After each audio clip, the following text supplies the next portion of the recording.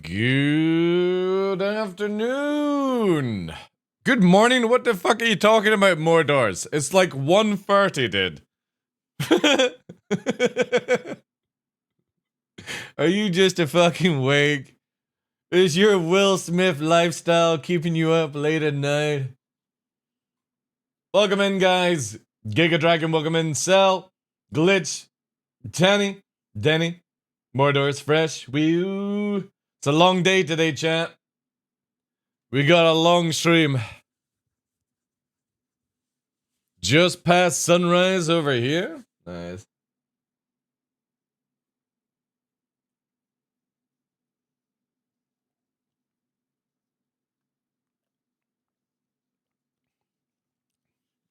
Alright, 2 p.m. to 10 p.m. Whew.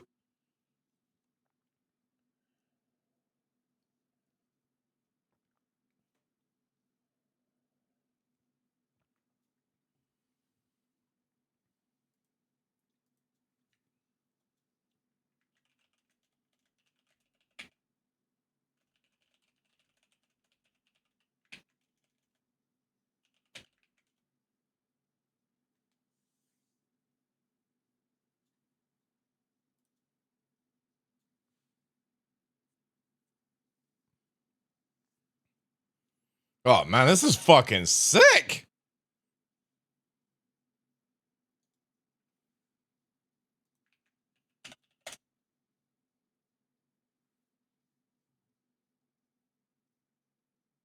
Oh, this is definitely getting added to a playlist.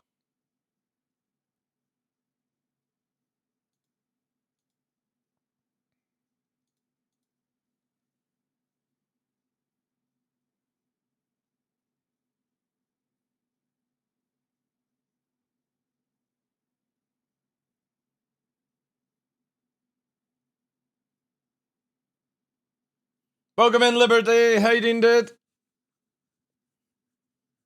Pepsi, kind of hard to guess what time sunrise is. In some places, like 7ish a.m. Well, if you're in certain island in the North Pole, you don't even get sunlight. So, there we go.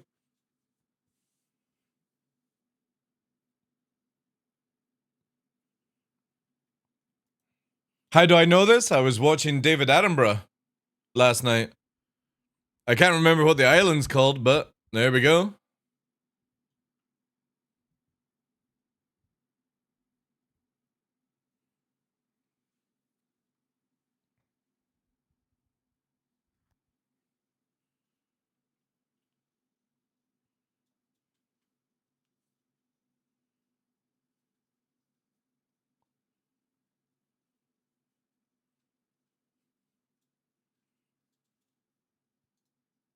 Man, this tune is fucking banging.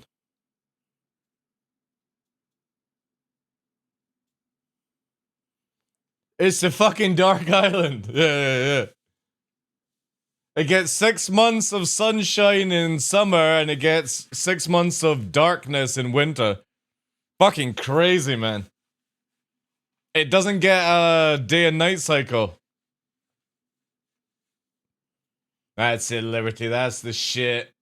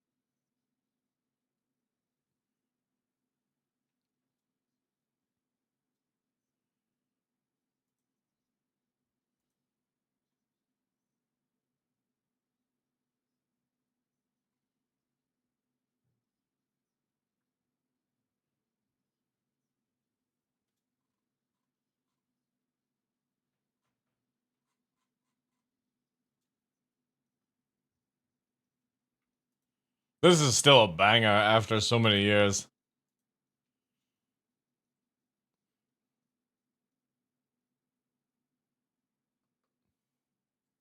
Good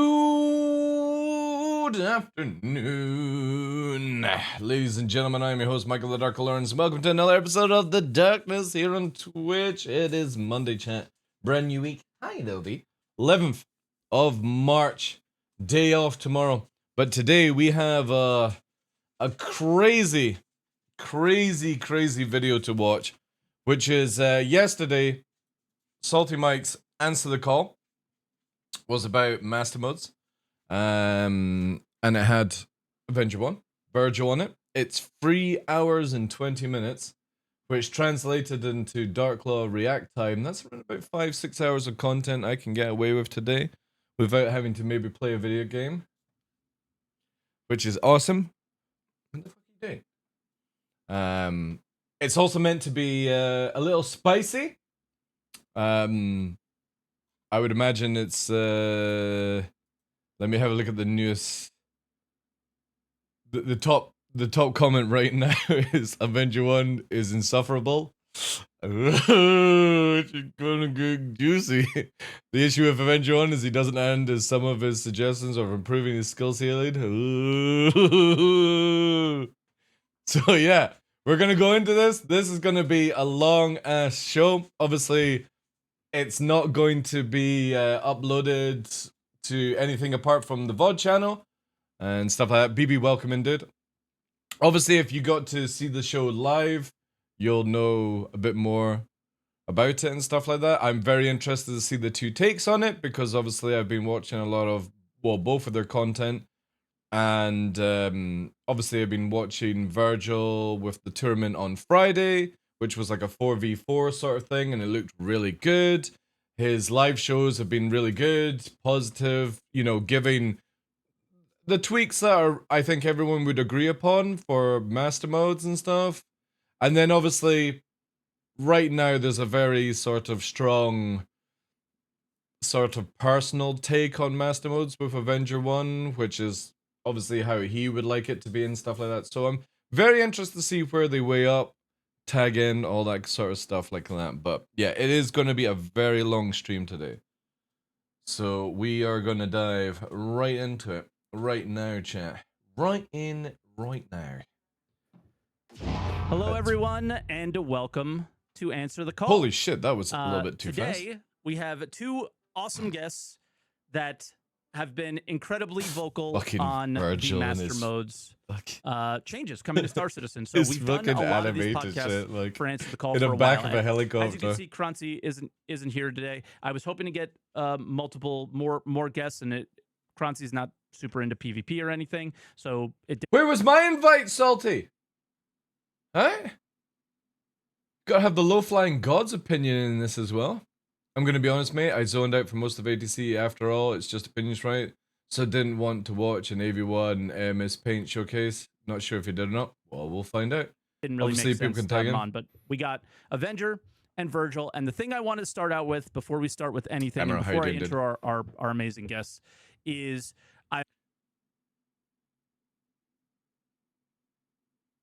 one thing I will say is, why has Avenger 1 got a fucking track IR strapped to his head? Is he actually going to showcase some stuff?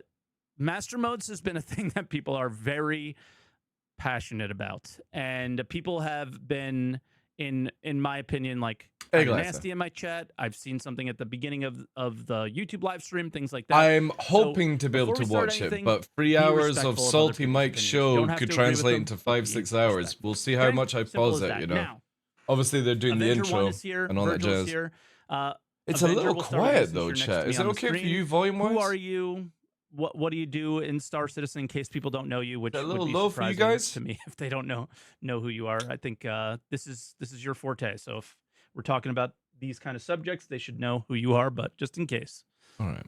Well, thanks for having me on again. Yeah. I really appreciate it. Well, if you go by Spectrum, I am the messiah of everything terrible in the game. But I teach people how to play the game to the best of my ability. I've been instructing flight combat and PvP space for about 3 years now. Mm-hmm. You know, and it's what I love to do. I I genuinely love Star Feels Citizen. good. I want the Maybe game it's to be my the best hearing it then. can be, and the way I do that, and the way I contribute is by teaching people. I can how to turn play the myself game. up. So, Yep. that's who I am. Yep. And I have apparently very fiery opinions. I don't think they're so fiery, but people have been fired up by them for sure, and we'll definitely get into that. People get fired up by and anything. Virgil, I think, who has been around the space for a while, but has more recently started making more, I guess I would say, consistent YouTube content. React But content. who are you, Virgil, and how can people find you? I Virgil's guess become a React Avenger, Andy. it's Avenger__1, and Virgil. It's a little bit different, so links will be in the description on YouTube, and I'll post some links in Twitch chat for you guys. Yeah, so I don't know, I've been making like a lot of like dogfighting content and stuff like that just for the fun of it. But you can find me at VER9JL, and I'm kind of in the same boat as Avenger. We're both just, you know, sweaty degenerate PvPers. Yep. And both of you guys are org leaders, right? You guys each run orgs in the game. Yeah, so Avenger runs Avenger Squadron, and then I run a group called Shadow Moses. Yep. So yeah. All right. So Biblical ninjas. With all the introductions out of the way, Master Mode's bad. Cool. Okay, take that one. Let's get right You into don't need it. to see Mike.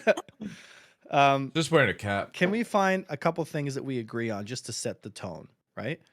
I would love to start out with that. Yeah, before you guys even get started, what is Master Mode? I don't even right? think if I and moved myself, it would work. A lot of people are maybe not understanding that at least this initial thing seems to be a framework that is where they're building the flight model off of, and most people are sort of okay with what it is, but yeah. So as far as I understand, Master Modes is a rehaul and revision of the current flight system, right? Changing the mechanics to allow for role-based gameplay, and allowing for the future of turret gameplay and power management, all that stuff, which is great, and I'm all for it. I've been very vocal that Master Modes does solve some of the core issues that the live model could never solve, because mechanically it's unsolvable. And with the implementation of an afterburner mechanic and navigation mode and stuff, we've kind of developed the flight model into a place where the future, if it's done right, could look a lot brighter for a lot of ships in Star Citizen, not just the lighter fighters that we've seen become very dominant in the live model, and for a lot of reasons. That doesn't sound very doom and gloomy, which is what everybody seems to be saying about your opinion so far. Let me go back on that. In the live model, and for a lot of reasons. That doesn't sound a lot brighter for a lot of and navigation mode and stuff. We've kind of developed the flight model into a place where the future, if it's done right, could look a lot brighter for a lot of ships in Star Citizen, not just the lighter fighters that we've seen become very dominant in the live model, and for a lot of reasons. That doesn't sound very doom and gloomy, which is what everybody seems to be saying about your Just opinion wait. so far. At least that's how just I've wait, Mike. gathered. We'll see. Yeah, I mean, we were talking about before the podcast started too, right? Yeah, There's always going to Thank be you very much for the 2 months, dude. People who take your words and then will twist them and stuff. You know, and there is definitely this tribalism going on right now, where you have one side of the community that, you know, and again, I feel like most people are either unaware or don't really know what's going on. But there's definitely like a propaganda kind of war going on right now. And the reality is there's much less PvP people out there. And so we kind of have to be loud, because like racers, you're just not going to get drowned out in the sea of other propaganda about stuff like that. Right. And I use the word propaganda because that's what it is. I personally, and I'm sure Virgil would agree with me on this,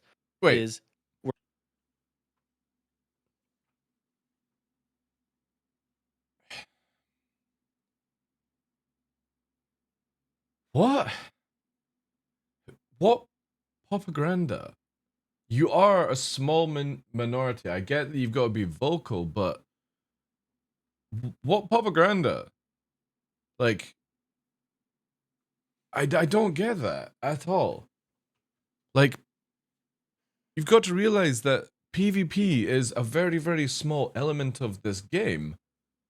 It's not people like voicing it to big game PvP rid of completely. It's just it's a small part of the game. It's not CIG's main look on things and stuff like that. Like, we're 5 minutes already in, and I'm just like, oh man, dude. We're looking for It's like playing a professional victim.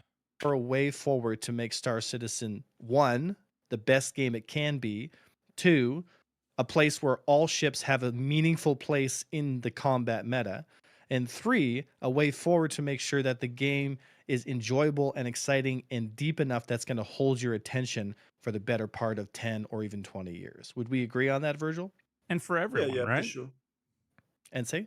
And for everyone, right? Yeah. Not just Yes. the highest end. See, PvP. there we go. Like, again, it's already where the hyper focus is on ruining the PvPer's fun, but CIG's focus with everything right now is that it's for everyone. You know what I mean? For new backers, old backers, all these sort of things. And a lot of the stuff that is happening right now takes a very, very long time to actually get anywhere. Hey, Hydra. Aurora Meta. Yeah. Years. I mean, one of the things that I guess I've been critical about Avengers opinions in particular, but I want to go to Virgil after I say this, and then we'll get back to you, Avenger, and maybe you can respond to this, is that a lot of people I think that got frustrated, and myself in particular, was in one of your videos, I think probably the more popular one that people got butthurt about, I guess, is the idea of having to get good, I guess, was sort of what the vibe was, right? Is part of the process. And it absolutely is. It always will be, right? Like, nobody will ever should be able to pop into a game like this and be good on day one, right? You should have to put some effort in. And I think that's what you were saying. But I think a lot of people were taking it, and myself included initially, maybe a little bit in the wrong way. But we'll go to Virgil.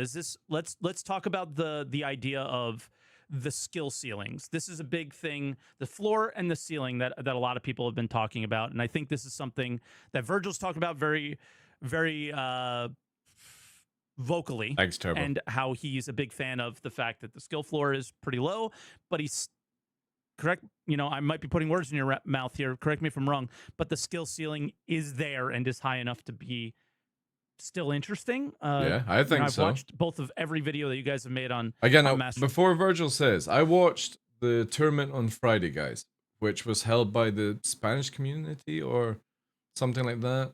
Pebsy, thank you for that, dude. And Shadow Moses was part of it.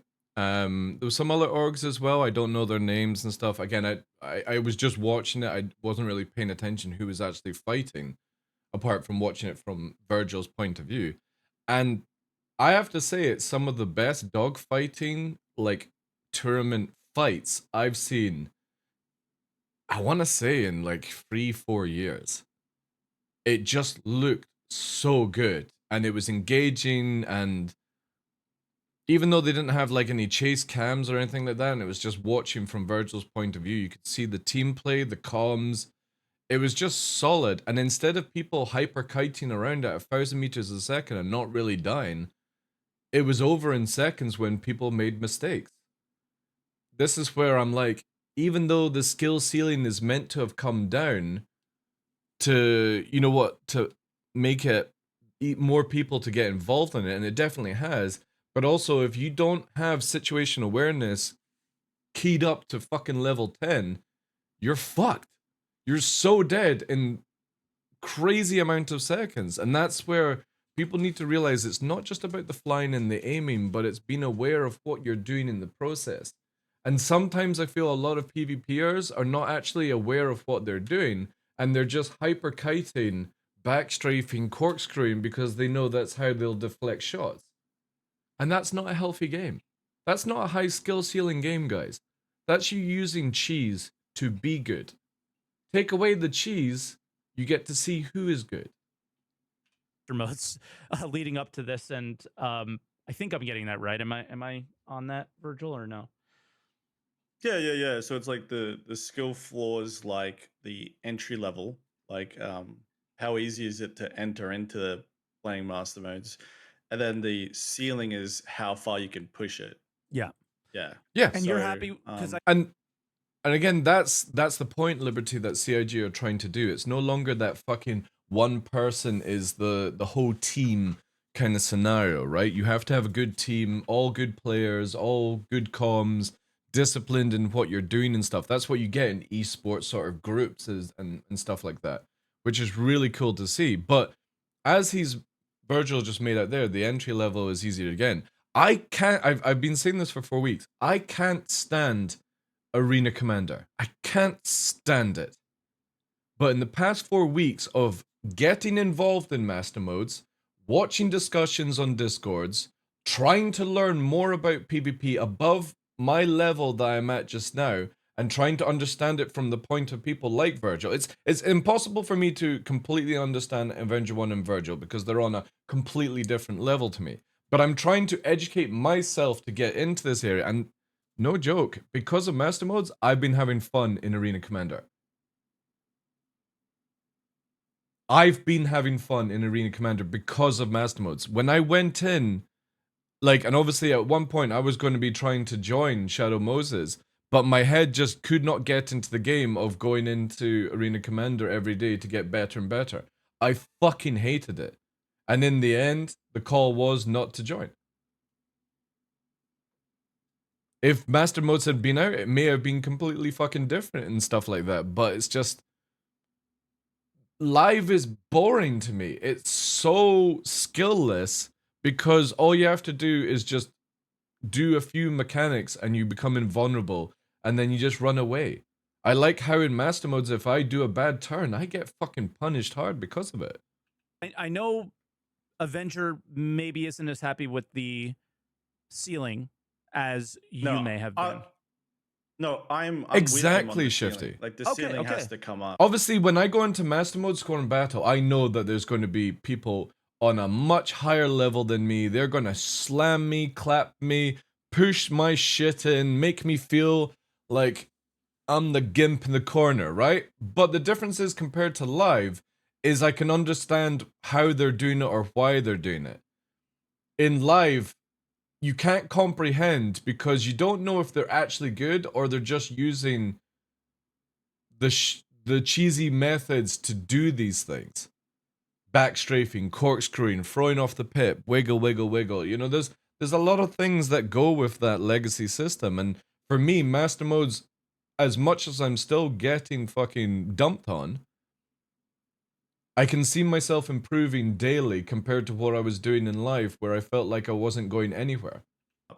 But the problem, and I think, you know, and I actually don't think Avenger thinks this way, and you can correct me if I'm wrong, Avenger, but the thing is, like, I think it's really great that the floor is much lower because, like, much more people are enjoying it. I agree. Like, even they mentioned it in SCL, right? Yeah. Like, all the staff are PvPing for the first time now, you know, like, and they didn't even have it in them to begin. You know, like Bunton didn't, right? I didn't want to. So, you know, all these people are getting in, and I think the entry level is great, but the ceiling and the depth needs to be there too, because like Avenger mentioned, it's got to last 10 years, you know?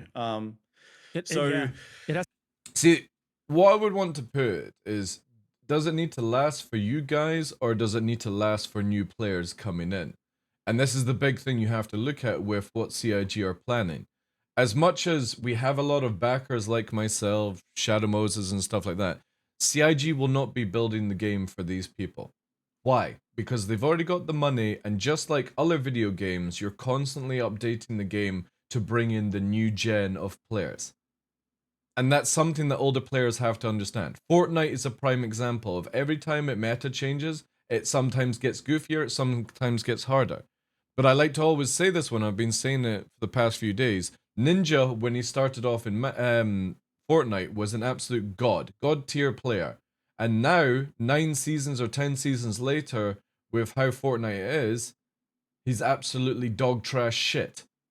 Sometimes you just gotta let go that you're not always going to be a good player. It's last longer than that.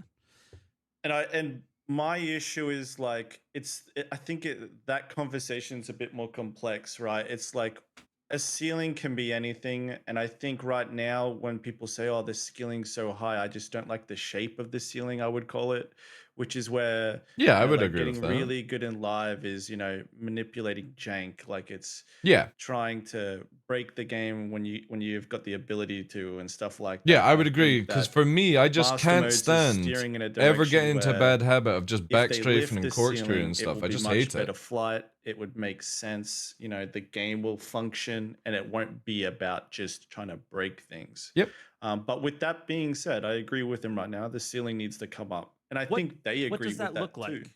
like? What does that look like? And I'll shut up and allow you guys to converse about what the skill ceiling going up would look like. And Do what you does want it me to mean? go start with that? Sure, if you want. But make sure, because I'm seeing some things in Twitch chat at least around the idea of well, Star Citizen isn't just a dogfighting game. Exactly. But that while that is true, I think we can add that to this part of the conversation is within that. So I guess go ahead, Avenger, and then Sorry, I just then want we'll to go to throw Virgil. one thing. Yeah, I don't want to feel like I'm cutting you off there, Virgil. Skill ceiling doesn't just mean combat in dogfighting. Yeah. Skill ceiling has everything to do with the depth and complexity of the game. Do you want a game where the engineering gameplay is meaningful and you can learn, and after a couple months you're still kind of tuning things and learning things and like, I really got a good feel for how to manage the power on the hammerhead because I don't know, the engineering flux capacitor likes to oscillate at this frequency a lot when it's getting hit by shields, and this Yeah, we ship don't know doesn't where do they're that. going with it exactly yet, right? But the point is, if you have a rookie engineer get on board, and he doesn't know what he's doing, he might blow your power conduits out rather than help you, right? That to me is the same thing as me saying, I want merging, I want flight characteristics, I want all these things for dogfighting. I want the same thing for mining, I want the same thing for engineering, I want the same thing for FPS gameplay. I want the same thing for all parts of Star Citizen, including the economy. So to people, again, right? People pigeonhole me and they say Avenger 1 is this. They try to put me in a box and they're not listening to what I'm trying to say. Yep. Right. Now that may be my fault for not articulating it effectively. And people may be grabbing sound clips from streams and being like, see, A1 thinks this. And they don't listen to the whole conversation. Yeah. But in reality, look, guys, if you don't want to listen, if you don't want to hear what I'm trying to say, then just don't comment. Right? It's like, it's that. I mean, yeah. Well, if you're not,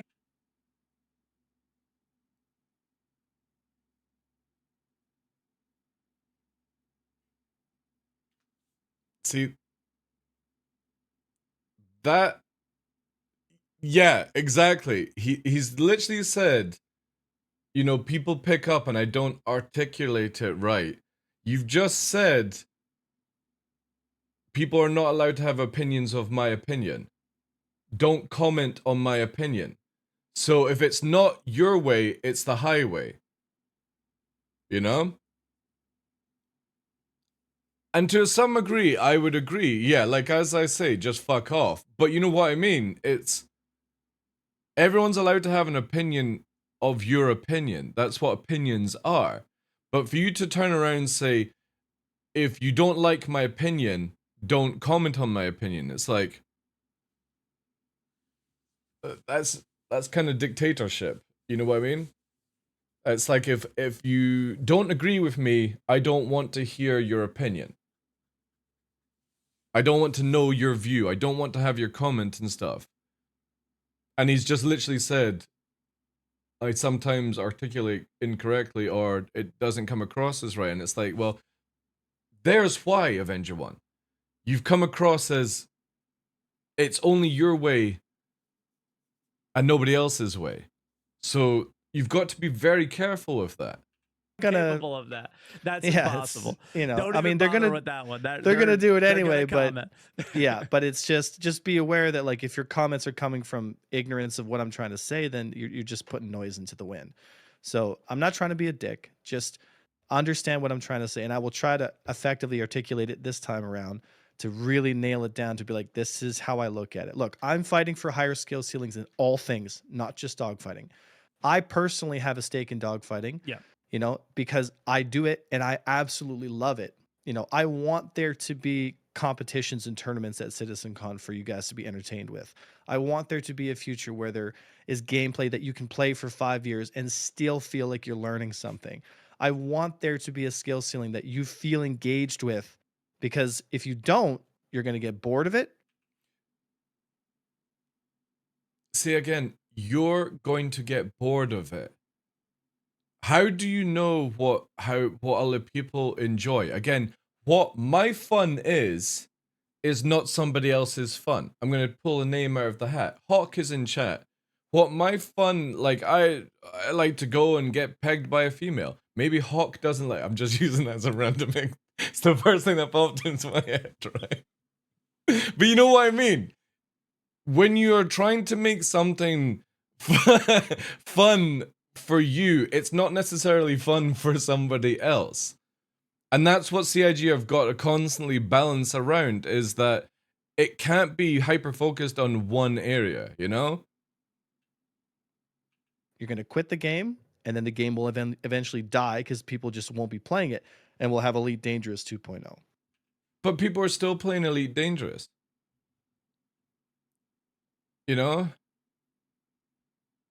That's the thing you've got to remember, that when you say you're going to be bored, the game won't last long and it won't be Elite Dangerous. Well, Elite Dangerous is still alive and kicking and making expansions. So is EVE Online and stuff like that. Just because you find it boring doesn't mean other people find it boring. And that's what CIG have to look at. Yeah.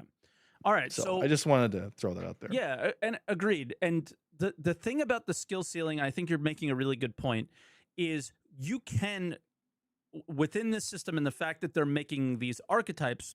I know, Undo, it's just a general prediction, I think, not speaking for all, but he literally said twice, I will try and articulately correct myself with this so that people understand. That's not how you make people understand. That's how you trigger more people. You can't say this is the way it's going to be and you're not allowed to comment on my opinion. Or don't comment on my opinion. That's very dictatorship, dude. From, I guess, my opinion, because again, we won't know until they're actually in our hands. But because there's archetypes in there, and because there's all these like special tunings. Yeah, Elite Dangerous did fuck up with some bad DLC choices. Yeah, too much of that dogfighting, narcoil, hardcoil, specifically light fighters, let's say, for example, or medium fighters, or heavy fighters. Shit, it sounds like they can do that separate from what a prospector might do, and they can tune that to make a prospector more interesting. You know, I was at one point, Marigold was coming into my head. I was like, doesn't it sound like a rubber glove? Trying to remember what they are. Alien Flower. Yeah. I think Elite Dangerous made the big fuck ups with too much of that. Engineering definitely killed Elite Dangerous. Yeah, it killed it for me. I have like over 1,500 hours in Elite Dangerous, and I was playing it, absolutely loving it. They added in the Horizon engineering stuff with the RNG. Obviously, apparently it's been more corrected now, but that just instantly killed Elite Dangerous for me. I did not want to go and RNG roll my fucking guns and stuff like that. I don't mind going out and grinding for 50 hours to get shit in, or like to unlock things, but to unlock things and then it was just RNG? Yeah, no way. I'll go and play a fucking Korean video game if that's the case. God, Flower Power coming to exterminate. Yeah, I believe that they've just done a little bit too much of that. But again, Puppeteer's been playing Elite Dangerous and having fun and stuff. They've got carriers and they're still making expansions. So yeah, again, it's you can't use Elite Dangerous as a comparison. It's still running. It's still got its servers up. You know what I mean? Yeah, true. Must be, yeah. Right. So Virgil, you know, I'll let you respond to the whole what does the skill ceiling look like, but this is the state of Star Citizen PvP master modes, right? The master modes information that we have now is PvP information. We have very little information on what a Carrick, what a Caterpillar. This is the big thing. In the game. So it's going to be before Virgil puts his point out. You have to remember that master modes for now is all about the flying, the combat and stuff. Has been tried to be like, what do they call it?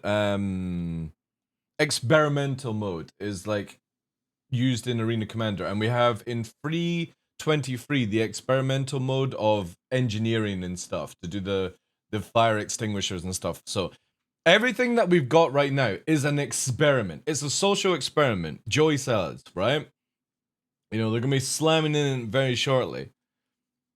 But a lot of people are taking master modes, the experimental stuff, as this is what Star Citizen's going to be. And it's not even something that you could call tier 0, I feel. It's just very much, we'll try this out, we'll try this out, we'll try this out. Yeah. Oh yeah, we're going to be crying for a while, but you know what I mean? Some people take it as this is what Star Citizen's going to be like in the future, like say 2 years from now, Ondo. But it's very difficult to even put that into perspective because there's too many variables to be added in. Prototype system, yeah, exactly. So I think sometimes people get a little bit too serious with master modes and, oh, this is going to ruin the game, the dramatic kind of style of it, because it's too early to even know that. Very hard to dive into that and discuss the actual experiences we've had on with ships like those because they're not in the test that we have currently. I'm fine with that, to be honest. I'm a loot whore kind of gamer, right? I'm about to be playing next month the new ARPG game called No Rest for the Wicked, which is like Dark Souls ARPG. You've got to grind for legendary gear. If CIG want to add a legendary fire extinguisher, I'm fine for that. I'll make big bucks selling legendary fire extinguishers. So, Virgil, what does a skill ceiling look like for you? A better one, I should say. Yeah, I think something that fits within the framework, right? Like I think you know, with the speeds that they've proposed, the complexity of the capacitors that they want to keep casual and stuff like that. But I think what's lacking right now is the maneuverability and agility. Yeah, I would agree on that. I think that's the big one. Is like, and gun ranges are just too people much. crave positional combat more. Yeah. So we'll keep them going. I know Avengers debate is like energy and momentum and stuff like this. And for me, like this is the flight tunings, right? So I think that the ceiling will come up positively. Yeah, I think so as well. A like reduction of the gunnery, because I think the gunnery kind of snuffs out a lot of the ceiling. What do you mean by that? The ease of the weaponry, like the aim assist, the weapon ranges are like gigantic now. Yeah. And they kind of snuff out a lot of the flight in that aspect. But I just want to cover one more thing, like before I pass it on to Avenger. I think Avenger kind of gets pigeonholed into people thinking that when he is asking for a higher skill ceiling, I think people are under the assumption that like he's talking about soloing the Death Star in his arrow. Yeah. Or, you know, taking out a group of 5 to 10. I don't think that's what he's describing, right? Like, I think people are misunderstanding the argument. When I, you know, am like... Just want to point this out. I think Virgil is way off on this one. And the reason for that is, every time I see Avenger 1 play Star Citizen, he's never in a ship that can't abuse cheese. PU, he's in a Hornet, or a fucking Merlin. In Arena Commander, he's in a Buccaneer. I never see him fly an Arrow, or a Gladius, or anything that doesn't have the ability to cheese. Just wanting to point that out. Expressing my desire for a higher skilling. I'm expressing a and the funny thing is, he's known for hating the Buccaneer. In life. That he's hated the Buccaneer, would never fly it, right? People would have to pay him money to fly it. And in Master Modes, he's constantly in it, right? Because of what it can do. That's what I'm going to go with, where I just don't think Virgil is watching it from the point of somebody else, right? I would agree on that, Ondo. Whilst, yeah, Avenger 1 does have a lot of good points. The problem is, he is known for being somebody that doesn't always use, like he always uses the cheesiest method to play the game, and has been for the whole history that he's been known. especially before he was called Avenger 1, when he was called Templar 1 in RS. Very known for always using the cheese of the current like patches and stuff like that. So it's very difficult to be like, does he, you know, he's always looking to never die and stuff like that, or 1v5 and all these things. So it's, I don't know, I think that assessment on Virgil is incorrect. That's just my take on it though. Desire for, you know, variation, like creativity, you know, like multiple ways to play the game and for it to be interesting in the long term, you know, and things like that. Like a reason to want to train with your In friends. SEL, Yogi That doesn't said mean they it should added be a something we barrier kind of of entry, knew would but not the work, and ability our to do reaction so, feedback back like that.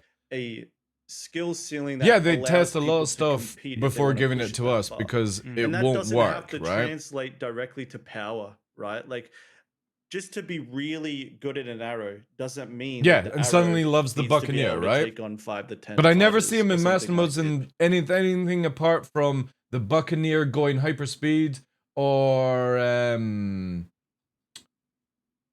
the Merlin and stuff. I never see him in anything else, you know? On Saturday fought Mpex at Jump Town with a Super Hornet with a gunner. I get what you say. Yeah, but it's a Hornet, dude. It's cheese. It's broken. Right? I get what you say, but why you want to cripple yourself in a hard fight? What do you mean? But that's the point I'm making, Speed, is that everyone who claims that they're a good PvPer is always using a broken system. Right? So when you try to tell people, I want a higher skill ceiling and I want you to get good, then why are you always using a system that's broken? You're always showcasing that you can do stuff in a broken ship, in a broken method of the game, in a broken fucking, you know, be able to corkscrew and stuff. He's been training people for years to corkscrew, which breaks the game. So I understand where you're going with that, Speed, but this is my point being. If you're such a good PvPer and you want to get good, why don't you get good as well?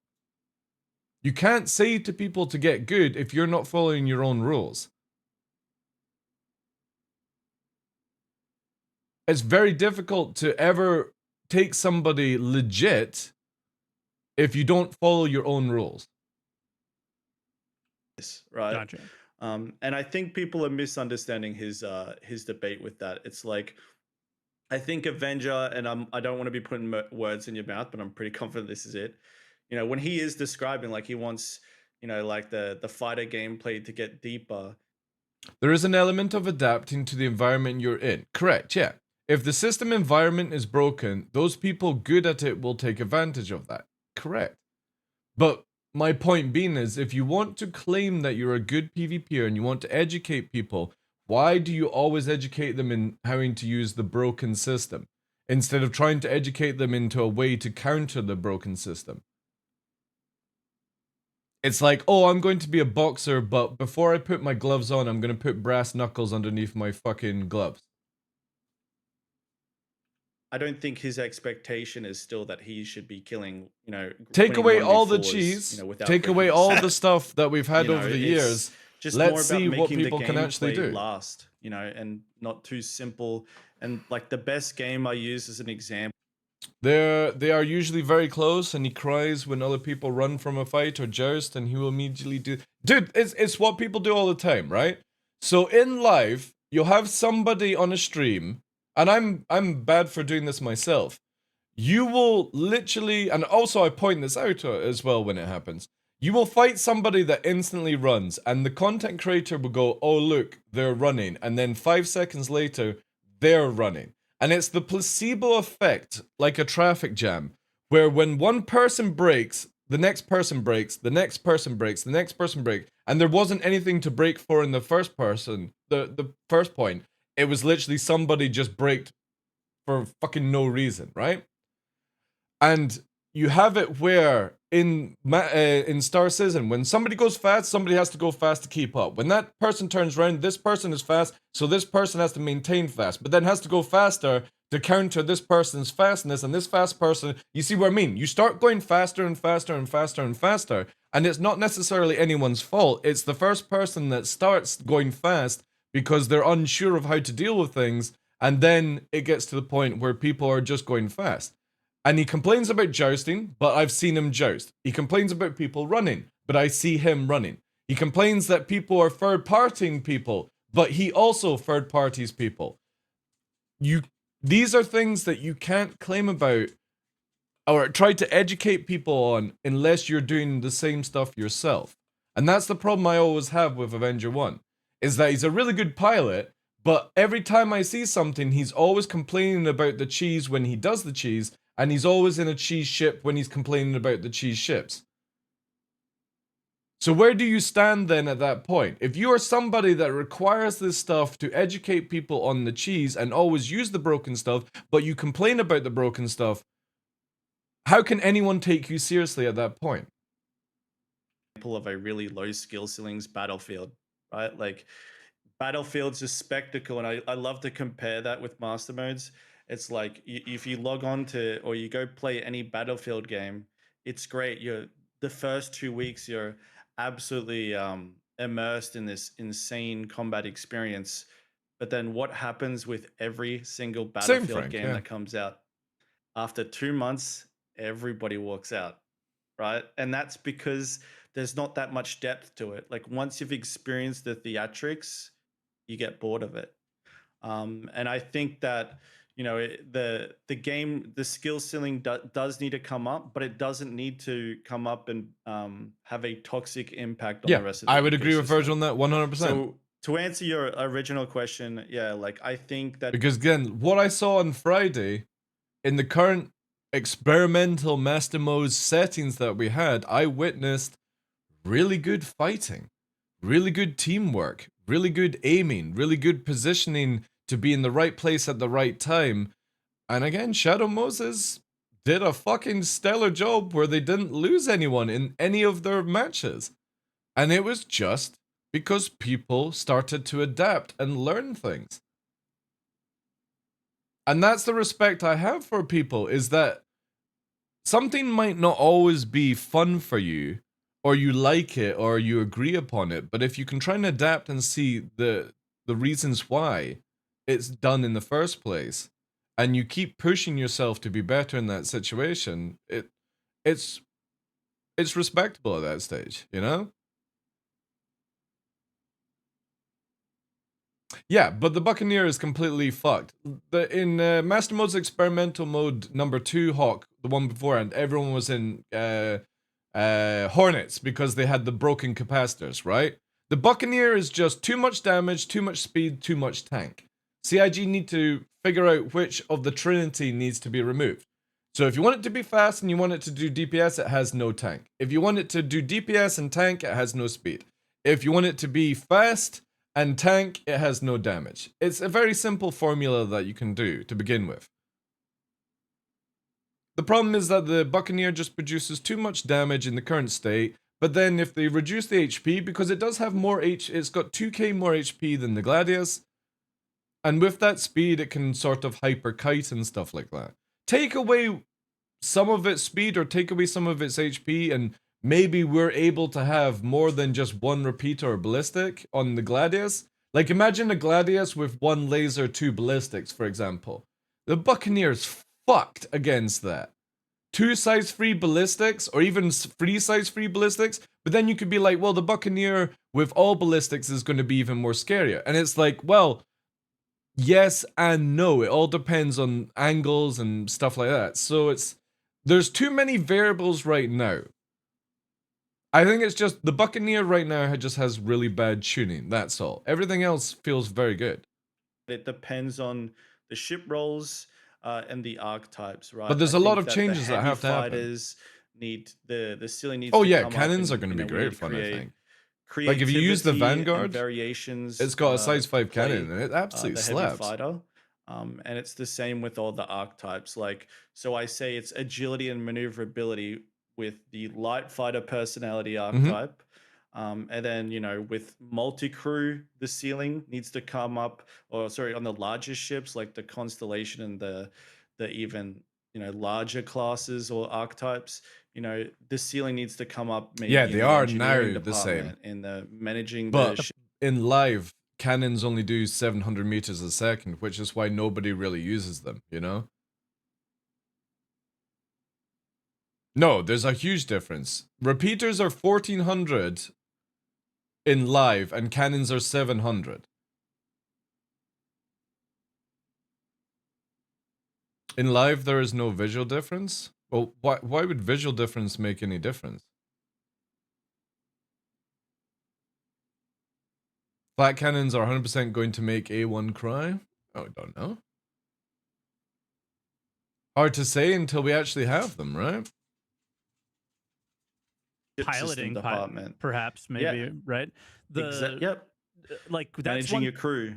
That's one thing that I think might be really interesting to touch on a little bit later too. Is that Can you go, if you go into live right now with repeaters on a Gladius and you do cannons on a Gladius, right?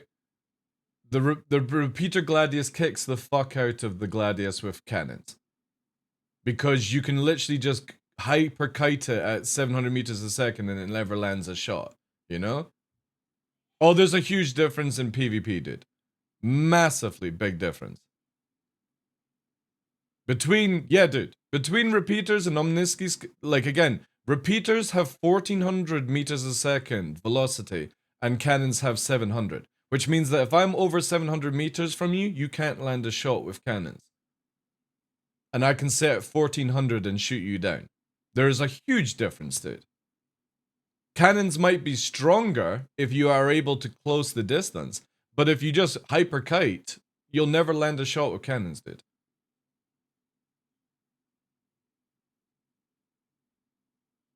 You'll not hit anything at 700 meters with lasers? Yes, you will, dude. Don't talk daft.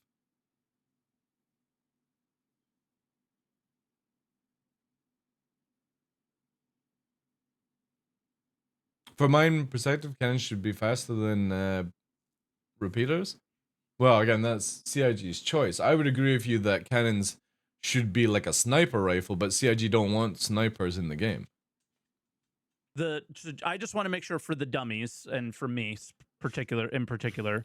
Dude, if I sit still at 1,000 meters versus your Gladius, we can do this in Arena Commander if you want. You fit cannons and I'll fit repeaters and we'll just look at each other and I guarantee you won't land a shot.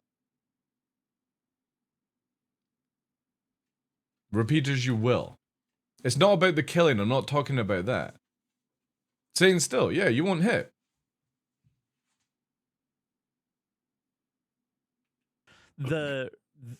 It's all again, there's 700 meters a second, dude.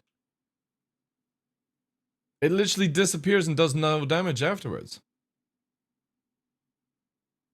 That changes in master modes, though.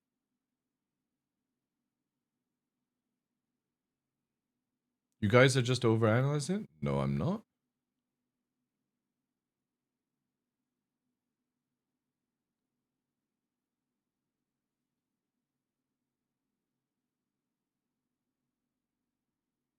I couldn't hear any of this because 4 ads about scamming people into investing. Don't worry, it goes to the VOD channel on YouTube.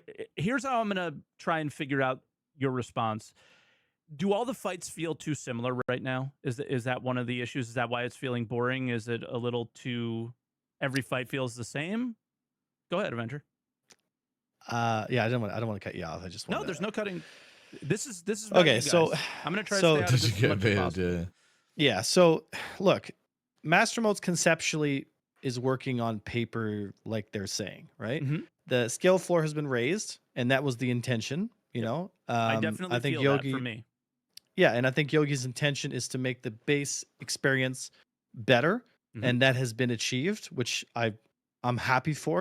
Again, dude, if you orbit somebody at like 500 meters a second, shooting repeaters, cannons don't land a fucking chance at that, dude. Repeaters do, because they're 1400 meters a second. I've never lost a fight to anyone who's full cannons in space. Because the moment I notice that they're cannons, I just orbit them at like 500-600 and just fucking beam them down with repeaters. If you're up against somebody that doesn't know, yeah, cannons will slap, right? Then let's go. What's that going to prove against you, Ondo? Right? You're just going to push, push, push, and I'm just going to backstrafe, backstrafe. Right? Yeah, trust me, like, if it's in atmosphere, cannons slap, right? But if you're in space, hyperkiting around, whoever has repeaters kicks the fuck out of somebody that's got cannon build. Because you can just hyperkite around that damage. It used, like, again, it's 700 meters a second. It's why nobody uses shotguns. Because shotguns only have 400 meters a second shots.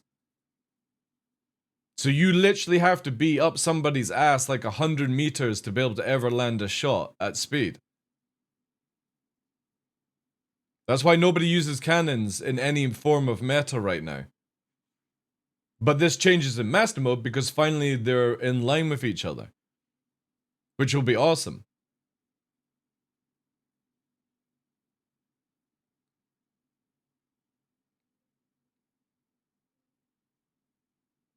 Again, Ondo, if you can't get close to somebody, right, listen to this one. If you can't get close to somebody, it's not about skill level. If you can't get close to somebody, you can't land a shot with cannons. However, the repeater can hit you because of 1400 versus 700, dude. It's not a matter about skill, standing still, or anything like that. The repeater will always hit more than the cannon can land that shot. If somebody gets within 200 meters, of course they're going to fucking land a shot. We're not talking about pro level of fucking players and shit like that. We're talking about literally, that is the maths. 1400 meters a second versus 700. The 1400 can hit you. The 700 can't if you keep out of range. This changes in master modes where they're level again, where they're around about 1500 or more than that actually. That's why cannons slap in master modes. They don't slap in live. Also makes loadout fucks things as well, if you don't know. Because when you have repeaters and cannons in live, the repeaters go down to 700 meters a second automatically. Because that's how it's designed. If anybody didn't know this. So when you mix repeaters and cannons, you actually gimp your repeaters. And this has been in the game for 3-4 years, by the way. Like, I genuinely want there to be an easy game to pick up, and it's not super difficult to understand some of the concepts. It's like, what's a corkscrew? What's this? Like, those are still basics that you have to understand. But corkscrew is cheesing the pip. These are not basics. Screw, a merge, these kinds, like a turn fight or a 1-circle fight or 2-circle fight. These are basic.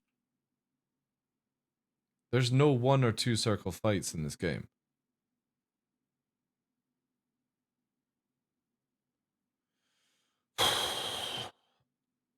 There's absolutely no way, like, to do 1 or 2 circle. 1 and 2 circle is radius and rate. You could probably do rate circling, right?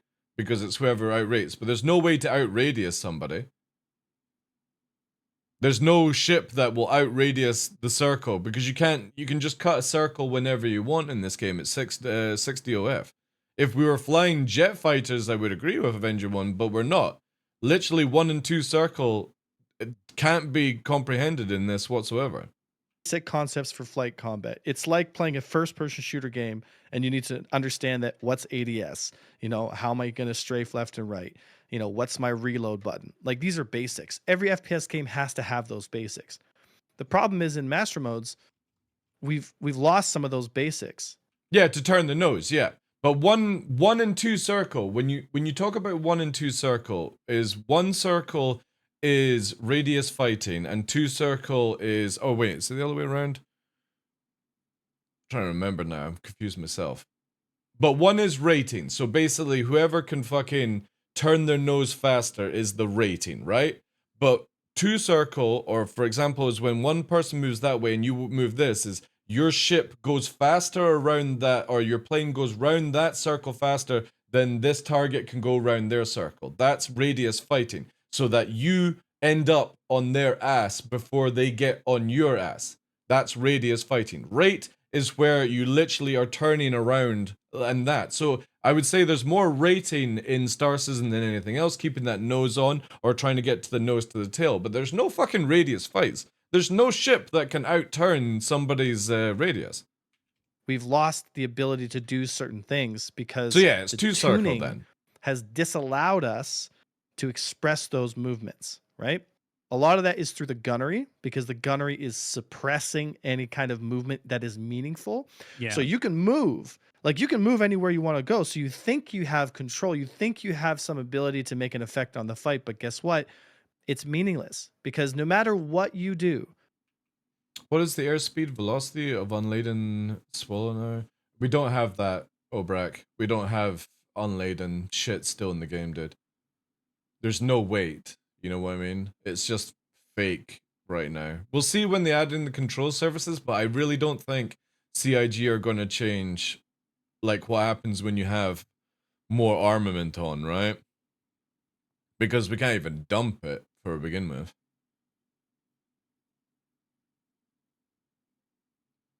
Radius about getting nose on before the other person. Again, it's a difficult one to say because it's not like the traditional, you know, when you say 1 and 2 circle, I don't think you ever see any Star Citizen fighting like that because somebody can just go fucking backstrafing, right?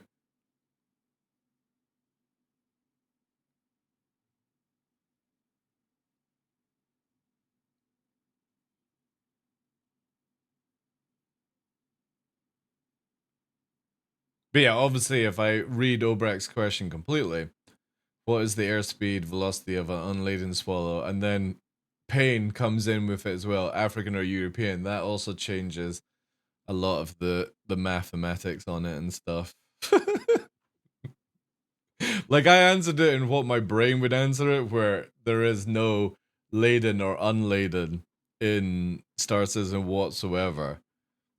But yeah, that's again, yeah, African or European. That's a good one. Flying east or west, yeah. What time of day is it? You know what I mean? What is the mass of a coconut in vacuum? Yeah. Obrak, thank you very much for the 17 months, yeah. These things, like, I actually wish weight was a thing where if you had more cargo, you're unable to turn as easy. Or if you bring more missiles, you're heavier to turn and stuff. That would be amazing, but CIG do not have weight in the game whatsoever, or mass in the weight, mass or weight in the game. It doesn't do anything, right? Are you suggesting Hornets migrate? Maybe, yeah. With the Earth's rotation or against it? Yeah. Static, yeah. But you know what I mean? You're... Say, for example, Ondo, you have like 6 missiles on the arrow, or you have 12. There's really not that much difference in how it feels. Now, if you were to do that in real life, funny enough, the 6 bigger missiles would be more of a fluctuation on the weight than the 12 smaller ones. Because size 1s are very, very small in comparison to size 2 when you actually look at the model of them and the weight of them. But it really doesn't affect the way the planes turn or the ships turn and stuff like that. So, yeah. I don't think CIG are ever going to plan to add this in. Even with controlled surfaces, I don't think they'll add in armament drag and like if you... I do know that they want to do what's it called when you tweak the engines and the wings when you... So if you fire your missiles off on the left wing, you need to... What's it called to level it off? Fuck, I can't fail. Not balance, it's not balance. Trim, that's it, thank you. That's it, trim. So CIG are planning to trim the engines. I remember Yogi talking about that is they want to add trim into joysticks.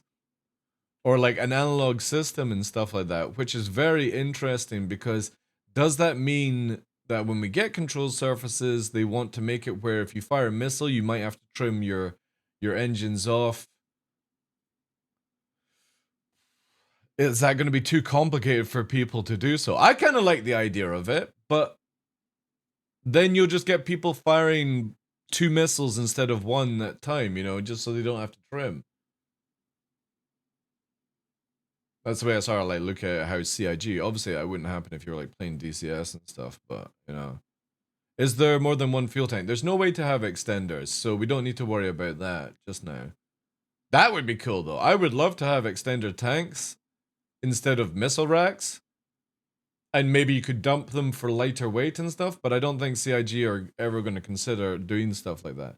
Also, it's a massive offense to drop tanks in real life. Would they actually want to advertise them? Well, I mean, DCS does. Again, whatever, right? For keyboard and mouse, that's going to be a problem? Not really, because you would be able to just trim by pressing 1 or 2 or something like that. You know what I mean? In-ship refueling from cargo? Yeah. There's a lot of things, right? Let's carry on. Let's not get sidetracked. You strafe left, strafe right, up, down, roll, accelerate. Yeah, it doesn't need to be super nothing you can do. I'm going to gun you down. Because the weapon velocities are so high, and the cone is so strong, and the fixed assist is so strong, and the ESP is so strong that a game basically aims for you. Yeah, no, right? well, I completely agree with Avenger 1 on this. I do not like the state of aim assist, even though some people like it.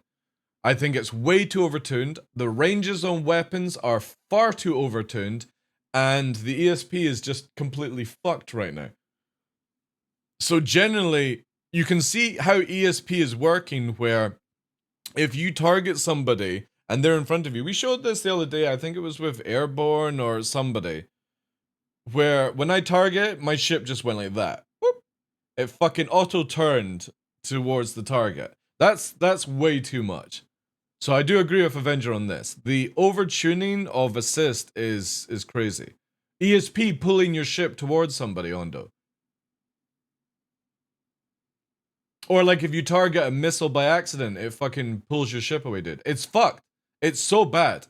So go into atmosphere, have somebody just sit in front of you, and basically target them and just go into the bubble, and no joke, you'll see your ship automatically turn towards the crosshair. You know what I mean? It doesn't just dampen it down, it actually fucking turns your ship to face the person. So it's really overtuned just now. And it's throwing off a lot of aim because of that. And that's why you sometimes get the magnetizing shit, and there's so many issues. Personally, and I know a lot of people would not agree upon this, I want ESP out of this game, I want aim assist out of this game, and anything that literally makes it where the game is flying the ship for you. That's my personal take. It doesn't make the game any harder, it just means that you have to have a little bit more general knowledge before you start diving into more advanced sort of things and stuff. I hate when a game flies a plane or a ship for you. There's a thing called autopilot if you need that kind of shit. But when you're manually flying around, I don't want the ship to do an extra 2% turn because it thinks that's the right thing at the right time, you know? It's just really, yeah, get close and all those things doesn't matter. Exactly, dude, exactly. But CIG are not going to do it that way, Ondo, because in my mind, when you say get closer and all of it goes away, then you need to make it where when you pull the trigger, somebody dies within 2 trigger bursts, right? Instead of holding the trigger and fucking beaming somebody for like 2 mags, it needs to be like in real life where once you've dipped, duck, and dived, you go and they're dead, right? But I don't think CIG will ever do that, so it's very difficult to balance around what you're asking for, or what I would actually enjoy as well. Raise the skill ceiling, remove auto aim, but the thing is, well, no, you gotta keep TVI. Guys, TVI and pips is a standard thing. In real life, we now use a thing called, which is like a funnel system and stuff like that, which is pretty much what lag pip is anyway, Sofa King. So, and TVI, like again, whenever I see people low flying, they're like, look at me, I'm low flying, I turn my TVI off, but I'll crash every 2 minutes. I'm really fucking skilled. I'm like, no, you're just a plonker that turns off unnecessarily fucking safety features that help you actually fly. You know?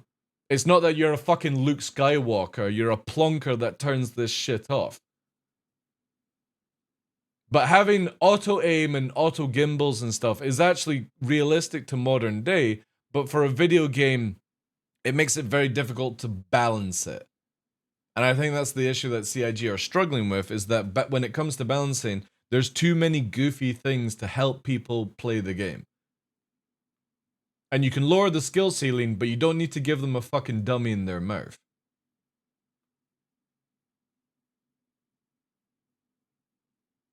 And I'm all for making the skill ceiling I would agree with that one as well, to make it fun. But at that point, I want it where you're doing the closeness, the agility, the knife fighting, but the moment that you've got the crosshair on somebody, that's where they take a big load of damage, right? Not this hold the trigger down gameplay. Can't say I was ever interested in low flying without my TVI, but I caught shit about it from other low flyers. What, because you had TVI on? Dude, as one of the best fucking low flyers in the game, period, nobody even comes close to how fast I can fly low to the ground. TVI is an essential. It's just a sensible thing to do. Everyone that I see without TVI, they crash within 2 minutes. What does that fucking tell you? It's like driving around in an F1 car without a fucking steering wheel. That's how important it is. So all these Willy Wonka fucking... TVI is the thing that shows you... It's terminal velocity indicator. It shows you where your ship or your plane is going to be before you actually do it. So it's the little icon that shows you in which way you're going, which way your ship is moving, even if you're turned in another direction. Momentum, it shows you where the momentum of again, terminal velocity indicator. Yeah, Pox, thank you. That helps out. So when people turn that off in low fly, I see them crash within 2 or 3 minutes. And they're like, oh, I'm a pro low flyer. No, you're just a fucking piece of shit that's shit at low flying. The difference is you then go, oh, I crashed because I didn't have my TVI on. Because I'm trying to be better. It's like, no, you crashed because you're shit. You just want to have an excuse. It's like when people use an Aurora to do PvP, and then they die in the Aurora, and they go, the only reason I died is because I was in an Aurora. No, that's just because you needed an excuse because you fucking died. But what we've lost in this tuning, not the mode, which is much different here, is we've lost a lot of that freedom expression of movement control and finesse that you're going to get from playing the experience. Now, Virgil touched on before, talking about, like, you know, sometimes people try to pigeonhole me and stuff, and I appreciate it. I'm good. It's I'm good. unfortunate that people are misunderstanding what I'm trying to say, where I'm trying to fight for an experience that everyone is going to enjoy more. Because if you look at games, look at the most popular games in the world right now. Games like Dota 2. Would you say that game has a low or a high skill ceiling?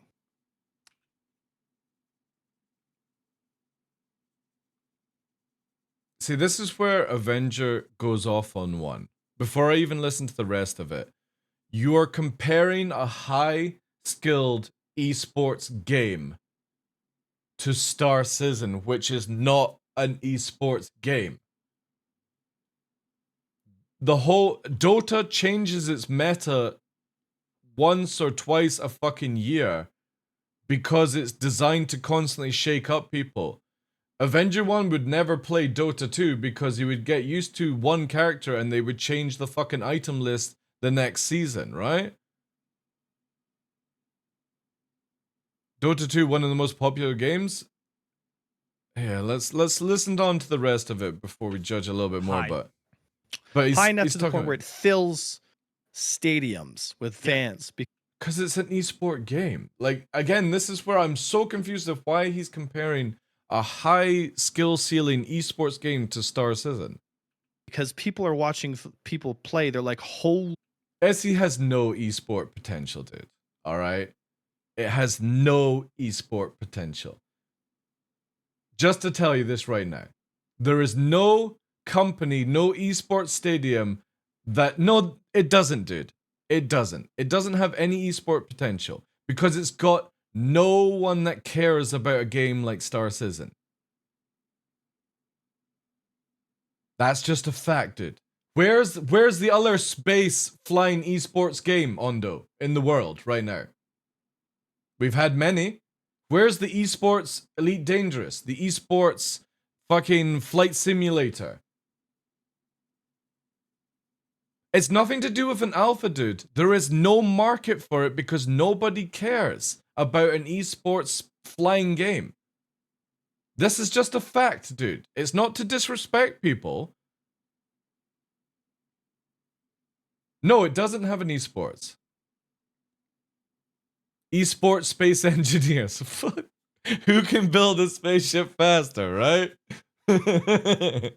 My point being is, look at all the fucking esport games, right? There's never been a space or a flying esports game. IL-2 never had esports. Star Wars fucking thingybob never had esports. Or if they did and tried to do it, it flopped fucking hard. But this is my point being is, Dota is based off a MOBA game, which is what's MOBA again? Massive Online Battle Arena? No. What does MOBA stand for again? What you call League of Legends and Dota? Could racing get big enough? Are you meaning for like Star Citizen racing? Possibly. Maybe. But again, look at racing esports. Esports WoW?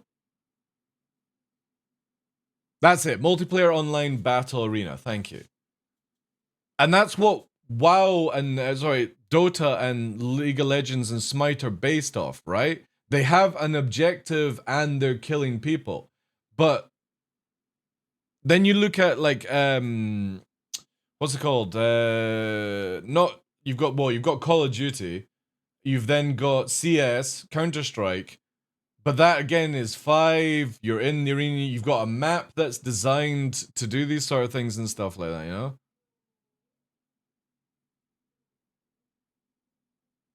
Yeah, but again, he's comparing Dota, dude, Hawk. This is what you have to understand. What he says, right, is he's comparing why has Dota got such a high thing, right? Why is Dota such a high esports game? There will be always little tournaments, right? In DCS World or Squadrons or something like that. Low scale stuff. But you can't compare an esports game to Star Citizen. It won't, Ondo. It doesn't matter if CIG fix it. There's never been an esport. Dude, there's a big difference, guys, in esport versus a small little fucking 5v5 tournament, right? Or like the stuff that Atmo Esports do. There's no market for it, Ondo. Alright? If there was a market for it, somebody would have made a game for it.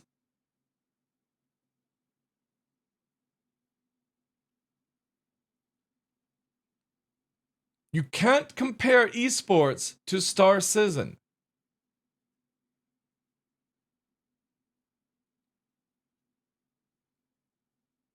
Have enough depth of gameplay, but again, you can't use an esport game as a comparison, dude.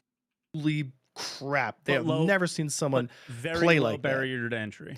But low barrier to entry. This is the experience that I am trying to fight for and explain through education, through telling people like, look, it's nice to have these things and this things, and I'm fighting for a different kind of tuning, but it's all stemming from, so this is something that me and Virgil can get into here, right? Because we've disagreed on the way that this is going to get handled. League of Legends, King of Esports. We would have to see stats. As a Dota 2 player,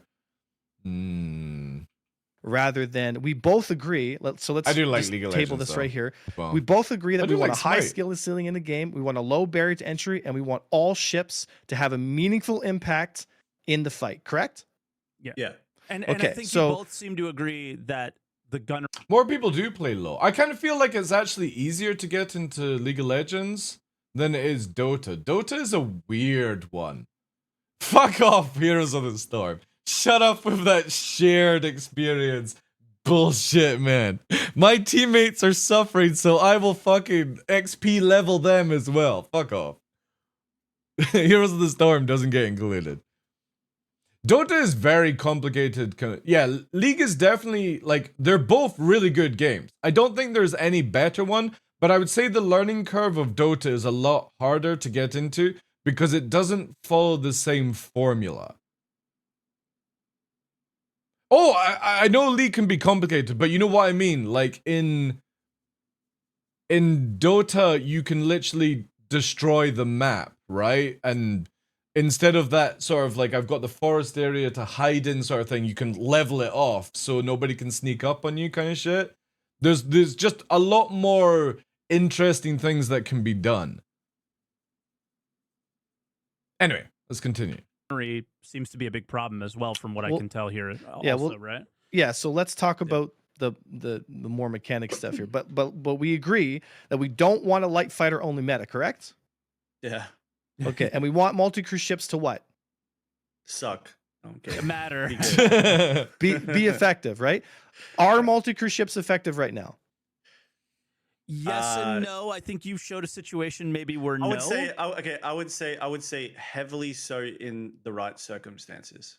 Yeah. That's what I would put. So what would be those circumstances? Let me guess. Atmosphere.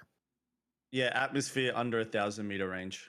Yeah. Well, I mean, we don't have control surfaces, so it's really hard to kind of touch on that. I think Hammerhead wouldn't have control surfaces anyway, Avenger One.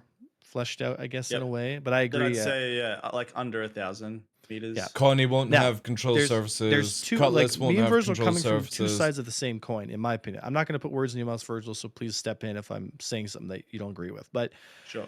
So my position for the longest time, and still kind of because from my experience, is higher speeds leads to more flight expression, which leads to just more fun in general. Because you're flying a fighter, it should feel like you're flying a fighter, correct? Now you could argue, well, 275 meters per second, which is the current SCM speeds, is really fast. You know, that's like 900 something kilometers. That's not really that. Overhyped games don't last 15 years if you're just tired of the game, which is oak. Yeah, exactly. Like, League of Legends is not an overhyped game of all time. It's really good. It's got some fantastic fucking lore. Like, the guys at Riot do insane lore for all their games. So in depth that they can make fucking movies and stuff of it. Arcane, for example, season 2 coming out very shortly, which will be awesome. Better lore than WoW, I would agree on. Yeah, massively. And I'm not a WoW fan or I've played it, but I would say, yeah, Riot, you know, is crazy. But yeah, you don't have a game can't be overhyped if it's still running after like 5 years, server's still running. It's the same thing as where Avenger 1 can't compare, like, we don't want the game to end like Elite Dangerous. Elite Dangerous is still running. It's still doing DLC. It's still running its servers. It's still running events for its close community. Star Citizen will end that way as well. Star Citizen will lose half of its players within the first 2 years if this game released. Because that's what all games happen. You get a big hype, everyone plays it, and then the strong community are the ones that stay and the rest disappear. So preparing a game for 10 years just doesn't work. That's something that takes 10 years. You don't like button bash? League of Legends is not button bashing, dude. Currently a little under 3k players in Elite Dangerous at the moment. How many for Star Citizen? 500. But the point being is, Ondo, is like Elite Dangerous is being released for what, like 5 years now? 5-6 years? Maybe longer than that. And it had a huge community to begin with, and people just go to other games over time. It'll be the same thing for Star Citizen. Has it been 10 years for Elite Dangerous? That's crazy.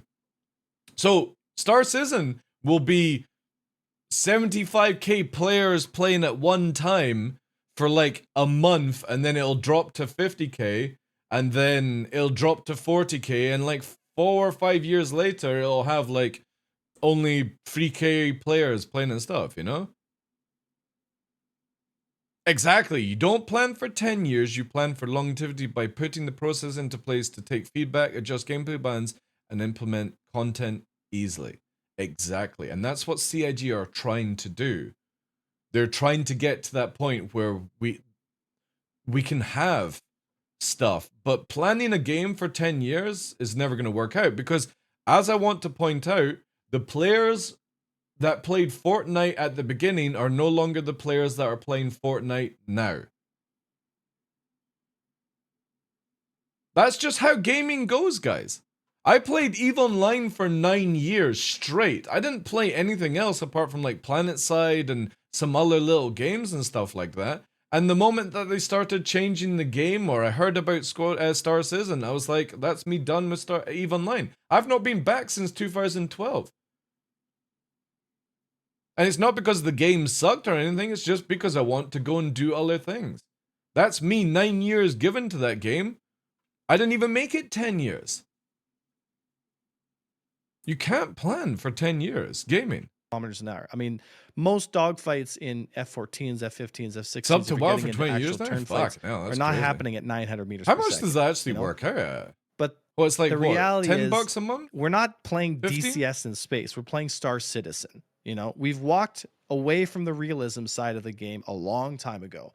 So people complaining like, well, it's 900 meters. It's 15 Look, we're in the year bucks? 29, Holy 53 shit. or whatever. And it's only getting less real day by day. Oh yeah. And I'm sorry, just to jump in here. I just I am absolutely. But you can pay with in-game, gloating can you? You by can buy like as they're subscription adding with gameplay in-game to the gold, game, you know? the community just Even losing Eve their did minds and are like, I don't understand. Why would they do this to my game? And it's like, oh wait, it's not a game, bro. And they're actually making it a game. And I've just been like, oh, this is so amazing. So sorry. Right.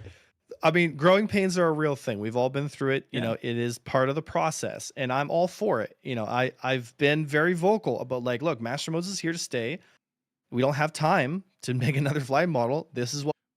But to be fair, Avenger, you also said if we don't get this sorted now, Star Citizen will be ruined. And it's like, will it? Will it really be ruined if they decide to make another flight model in like 3 or 4 years? You know what I mean? Like, if you're agreeing that Master Modes is here to stay and stuff like that, that's awesome. But he has made some videos that are being like a little bit over dramatic, in where he doesn't want Master Modes to come at all. So it's very difficult to be like, I've seen this video of you saying, I don't want Master Modes, full stop. Now I kind of want Master Modes, and now it's coming, you know what I mean? And then there's a video like fucking 6 months ago, is I can't wait for Master Modes, it's going to be amazing. And then it's like, not what you get, and there you go, you know? It's difficult to ever take people seriously when they're one side of the pond and then they're on the other side of the pond and then back and forth. And it's like, sometimes you just got to sit back and maybe not give your own feedback. What we've got, either you like it or you don't. So choose right now whether you want to stick around and stay in the trenches and keep fighting for the experience, or be like, look, I don't agree with it anymore, and just walk away, because that's the choice you've really got to make. I've told that to my team too, because can I jump in there for a second? Is I very much agree, but with a big caveat. It's at some point, this was like my big criticism of even maybe both of you a little bit. That is a bad attitude? Why is it a bad attitude?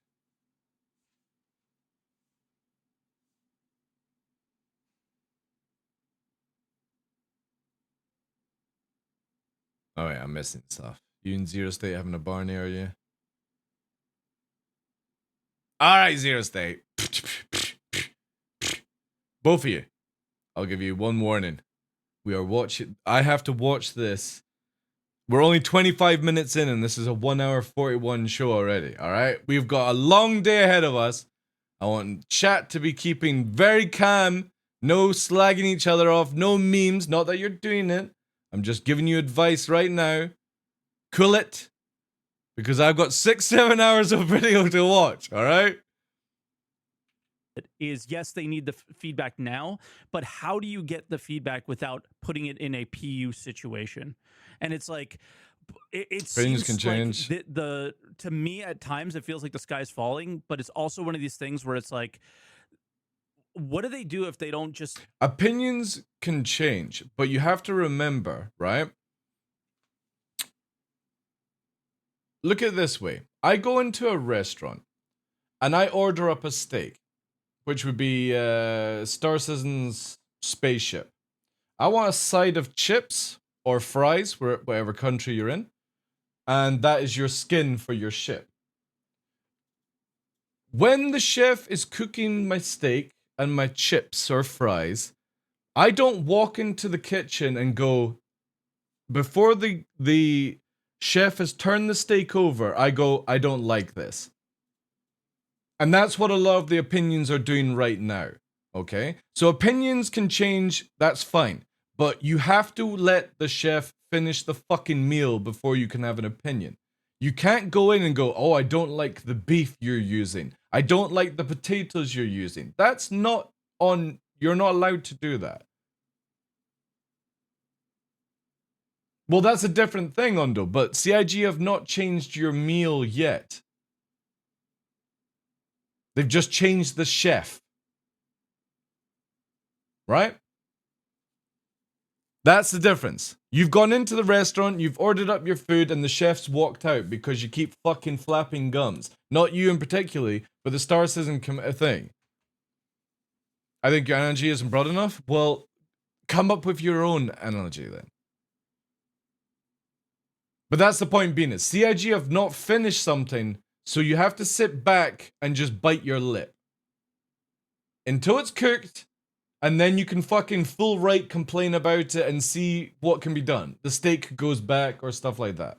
But you can't tell the chef how to fucking cook the steak.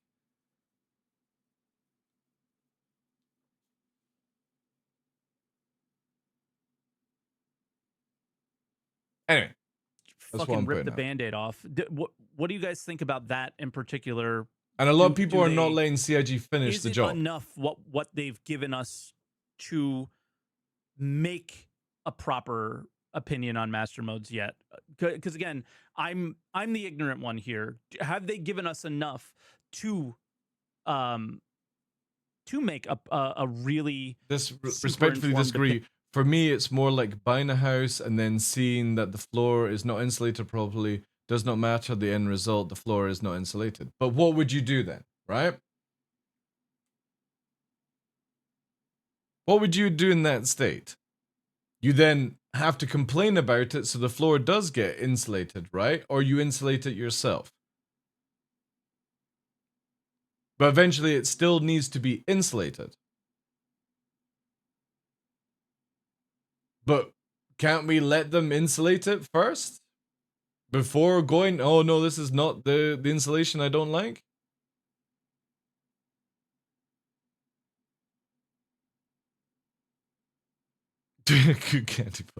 You're assuming the floor isn't insulated, but it's more that they're testing different methods of insulation. Yeah, that's a good way of looking at it. And that's what CIG are doing. They're constantly trying things. We don't get to test it because, again, let's look at it this way. In most development of video games, let's not look at time, but most video games, you don't ever get to play the test bed and tools of the company, right? You normally get closed alpha, or closed beta, open alpha, and then release, right? CIG want feedback, but again, giving feedback is one thing. Demanding things and then having a tantrum because it doesn't get added to the game is a different story, dude. And a lot of people on Spectrum are having tantrums because of it. You can give your opinion, but it doesn't mean the company has to listen to you. That's what a lot of people need to understand. It's the same as I'm giving an opinion right now. Nobody needs to listen to it. Nobody needs to understand it. Nobody needs to fucking follow up on it. Nobody needs to give a shit. It's just an opinion. I accept that. People are allowed to come back with counter opinions, and I accept that. But the point being is, if I'm going to give you a design on a video game, feedback, for example, and you don't do it, or you don't showcase it, you don't let me touch it, I don't need to cry about it. That's on the company to make those choices.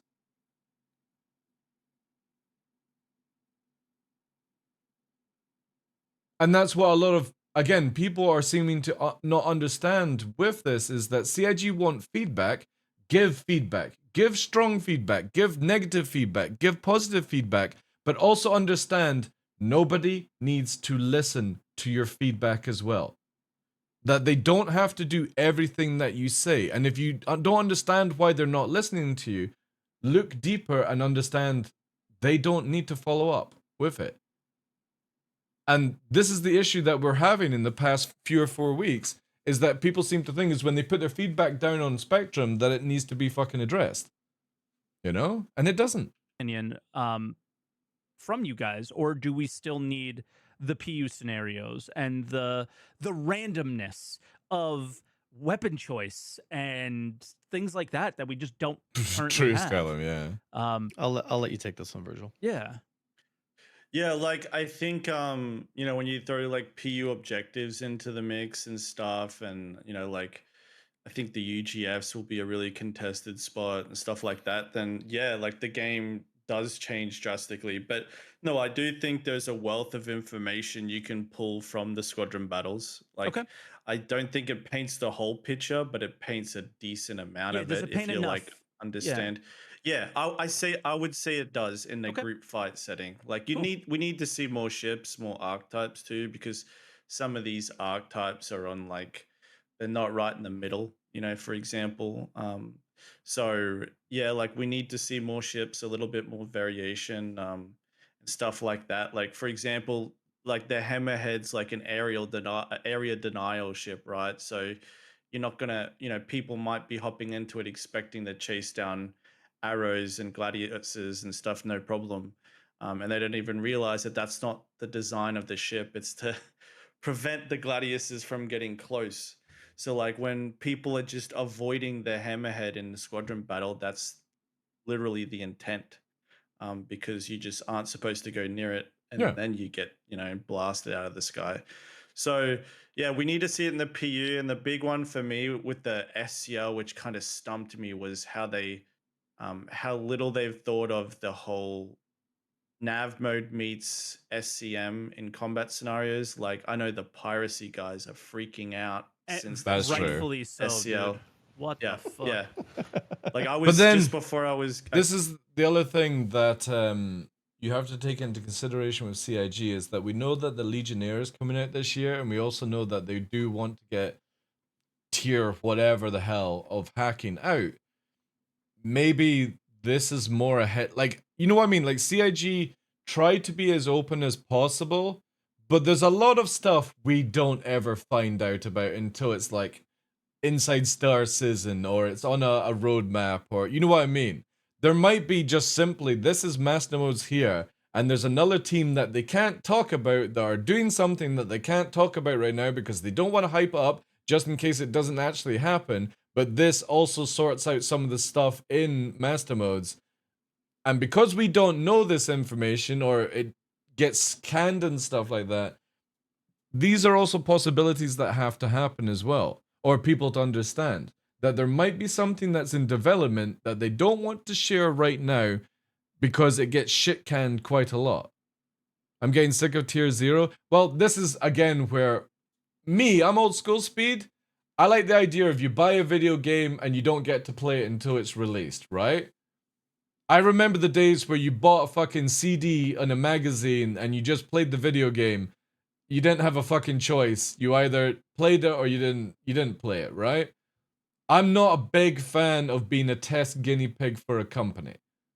But that was CIG's choice to do it this way. So I would agree with you, I'm getting sick of tier 0. I wish they would just implement shit and not change things out. But this is where they don't even know what the fucking game is meant to be, guys. That's why a lot of this stuff is irrelevant in like worrying about it right now. Because CIG don't even know where the fucking scope of this game is going. Oh, Zero State, that would be good. Yeah. That would be a cool ship. So, you know what I mean? Like, I kind of feel like CIG just sort of need to build things more and just sort of just get on with it and stuff. I think they just tease it too much sometimes, you know? It's also the thing is that what they showed at CitizenCon, what a lot of people don't understand, Speed, is what they showed at CitizenCon was a demo. It's like a fucking demo tape that you take to a recording studio. Yo, this is me, fucking TheDarkLaw Aragrande. You know? I can sing like this. Do you want to fucking make an album? Kind of stuff. So a lot of CitizenCon is like that in so many ways. That they're now just starting to build these things, and that's why they don't know the grand scope of things, because they haven't really gone to the studio and started fucking mashing it out, really. The game has an identity crisis? I would agree with you on that. I don't know. I just don't think CIG know where to go with this game, full stop. It's one of these games where it's like, what do we do with it? We've made it too big, too fast, too furious. How do we change it to be a bit more streamlined? And yeah, I'm happy to test things, but I'm also one of these people that remembers that I paid to play a video game or back a video game to play the video game in the future, and that I didn't pay to be a fucking free Q&A tester that pays to play or pays to test. You know what I mean? So I would agree with you that I don't like tier 0. I would just like to get the game, but I also understand that could be 2 or 3 years from now or longer. I could be dead tomorrow and never play Star Citizen. These are other things that I understand.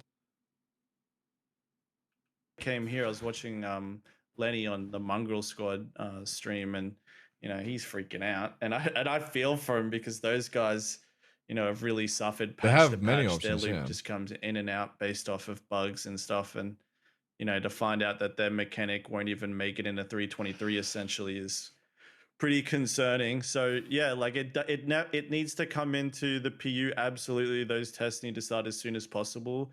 But I think there is a wealth of information and value that Bunton's provided with the Dude, if I make it to 101, like, Okay. I'll be To answer fucking your jumping question. off a cliff Yeah. to end myself. You can take it I if you ain't want. gonna be a sack so of the fucking question was, prune how's Master in a Mode's fucking gonna fare in the PU, and wheelchair. do we have enough You know what I information mean? to make an informed Wishing I opinion could about it? die kind of shit. Yeah. No fucking way. Like, I can't give an opinion on ships I can't fly yet, Yeah. but I have an idea of if and I the know that's fundamental exactly what will mechanics happen. allow for the same issues to happen in live as they do in I'll Master look like a Modes, deflated then what is testicle or something really like that. changing? Because think about it this way. I put a video about the hammerhead, right? And yes, it's area denial, correct. But we can all agree, at least I'm assuming so, that 7 guys in the hammerhead shooting at a ship they can never hit, slowly dying, is probably not really great gameplay for them. More than now, yeah. Considering the ships that they're engaging are the Dude, ships they're designed I'm to bald. kill. So I'm Scottish, if they pasty haven't white fixed that at problem, 101. and instead they want to go with I this will look precision like mode, something that so you we can fucking shoot left from under even the farther bed away or now, something like that. with even more Will precision. not look good. Yeah, that's scary too. That Right. wasn't even part of the video you showed. And just jumping in before you keep going, what Does Avenger's she talking about stairs to is control the he wheelchair? put Yeah, low 4 fly Buccaneers the right, wheelchair. against 1 Hammerhead and stayed within, not within, like stayed farther away than about 2,000 meters and was still able to consistently hit the Hammerhead, damage it, and kill it. And it was, like Virgil said, within 1,000 meters, you would be destroyed. They stayed out of that bubble and were still able to attack that ship. So very much exposing a problematic edge case of the situation and a But very also with this test that Avenger did is he also did this test after CIG showcased the same week that they're adding new turrets to 323 that corrects the issues that they did with the test. This is the thing that I didn't agree with this test that Avenger 1 did, is it's literally 3 days after the Inside Star Citizen of showing them adding new stuff to turrets to make them better, right?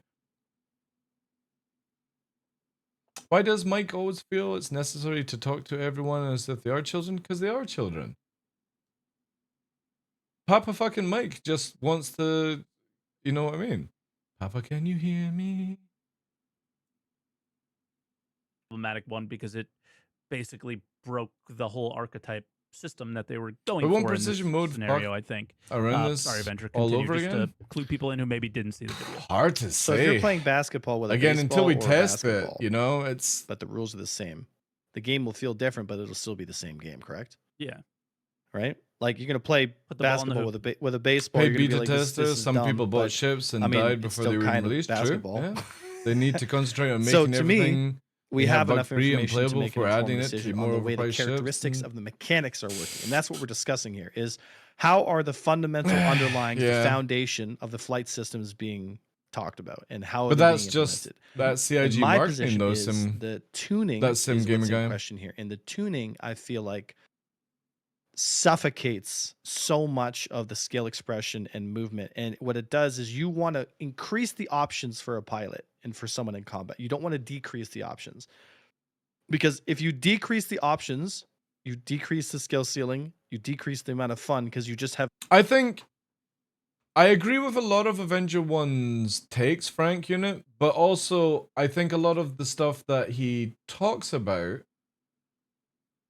is a worry too early until it actually happens, right?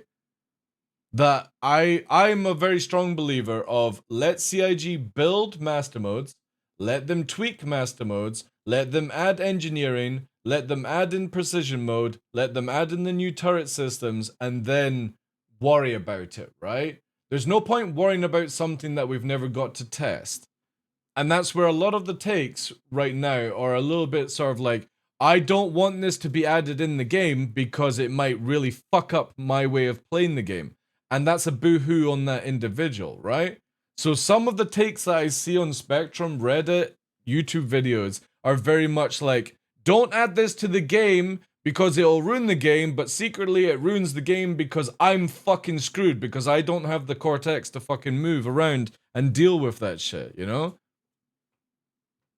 That's my take on it. Where sometimes people are legit in the feedback that they give, but also some people are way too dramatic for no need.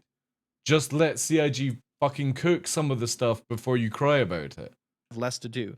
So because you don't know. They're trying to bring ships into a role. It's like I have the and then on the live show on Friday, they said it right. Jared made a joke about it saying, what do these people, blah, blah, blah. There was, I can't remember the way he actually said it. And the developer goes, then come and build your own video game. And that's pretty true.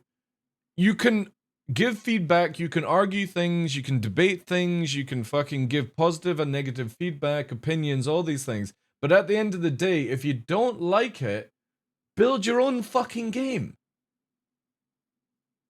Like they talked about, we have the interceptor role now. It does this and this. And then we have the light fighter role, and it does this and this. And now we have this role and that role. If you want to be the best of everything. Only one role matters, like actually matters right now, is the interceptor. Now, Virgil, why is the interceptor the only role that matters really right now in PvP? Oh, I think I disagree with you here because I know where you're going with this. But for me, it's the combination of weapons meets defense meets speed. And I think the triangle of Star Citizen. Right? Well, I mean, obviously the Buccaneer has a lot of power in it, but I mean, you could have the same problem with a bunch of Merlins. Like, are you going to kill the Merlins? No, the Merlins are going to smoke groups of light fighters. They do it all the time. I don't think I necessarily agree with like the. I haven't done. Right. Not to drag Fresh too much into this. Fresh, as a degenerate sweat, how many fucking groups of Merlins have vanquished you in squadron battle? I can't recall a fucking group of snubs vanquishing a group of light fighters, to be honest. Every time I see a snub, it's either fucking dead or it's running away. You know what I mean? Yeah, like, I mean, it just dies. It's very, very fucking easy to kill them. Or you know what I mean? If you have two snubs versus two gladius, and the two snubs are shooting me, and I say, yo, can you shoot this dude? And you're in the other gladius, for example, the other dude goes dead. You know what I mean? So I would agree with the Buccaneers, but I don't think snubs are really that to worry about. They're super dead. All snubs. Yeah, because they're for support. Yeah, I don't think I'd be as many times. Yeah, And the I'm problem not that a bit- comes up is you dive in, Red shirt fodder. Yeah, exactly. Like, imagine you're in the Connie, right? The Connie's in fucking nav mode. 1,000 meters a second, they're like, yo, fucking fresh, get in the fucking snub fire. We're gonna drop you off. Engage. We're still gonna maintain 1,000 meters a second away from the fight. Good luck. And you're like that, the wee fucking back of it going, well, fuck off. I'm not going in against fucking light fighters. Are you insane? You know, like, fucking burning up and shit like that. It's only good to sort of like pick off at people, but a group of snubs ain't that scary right now. I don't think snubs need to QT or to go into nav mode, full stop, Hawk. I just don't, dude. They're not meant to be a fighter. Like, it's just meant to be a small deterrent. And they can move pretty fast. You get somebody off your target and that's it, right? You would shoot a mantis so that your main ship can warp away, and then the main ship can blind warp and pick you up, you know? you dive out, you control the fight, and you just pick a guy and you just take him out one at a time over and over and over again. It's the same. Well, the Fury technically could be a snub light fighter, right? That we've only seen the P-52 beer, which is just classed as a snub role. But we also have the snub racer, which is the LX, right? So we have profiles, which is snub, light fighter, interceptor. But CIG said that there could also be spin-offs, which is light fighter bomber, light fighter cannoner, right? You know what I mean? That in the future, there might be offset roles of the main role itself. But a group of snubs is not scary at all in this game whatsoever. If you've got a good coordinated team, a snub is dead in seconds. It doesn't get a chance to kite away. Like, you literally need to be already kiting away before the fight starts. But obviously the Fury has more damage, but I still don't think that they should be able to go into nav mode. I just don't think so. But the thing is, though, if the main ship escapes, that's the role of the snub, Hawk. If the main ship escapes, that's the role of the snub. The snub is not an attack system. It's a defense platform, if you think about it. An escort. So long as it can stay within the main ship gets away, and the snub can go off scene and you can blind warp back to it. It can travel 200-300 kilometers and then you pick it up, right? It doesn't need to go 1,000 meters a second to get to that location faster. A mini turret with engines. That's a good way of looking at it, Siewa. That's what a snub is. Because if you make the snub too powerful, Hawk, nobody flies anything else apart from snubs unloading from a ship. It's the scrub you leave behind when you bait. Exactly. It's not meant to be a full platform system. And I think that's where the confusion is with a lot of PvPer and racers, that they seem to think it deserves to be in the same place as a full ship platform, and I don't agree on that. It's just an extension of something else. So, for example, the Connie extends with the Merlin. And I always thought the Fury was always going to be like a defense platform for an outpost. That's what it feels like to me, personally, when I see the Fury. It's like a fucking turret that flies up in the air and goes, get away from my fucking land, chases after them, and when they fucking leave, you return to base and fucking arm up. You know what I mean? That's what I see the Fury as. I don't see it as a main platform. But it can stay with the... Again, when you go into nav mode, Hawk, that's where you're, as CIG advertise it, that's where you're navigating away. That's why your turrets don't work, your countermeasures and stuff. It's just meant to be used as navigation.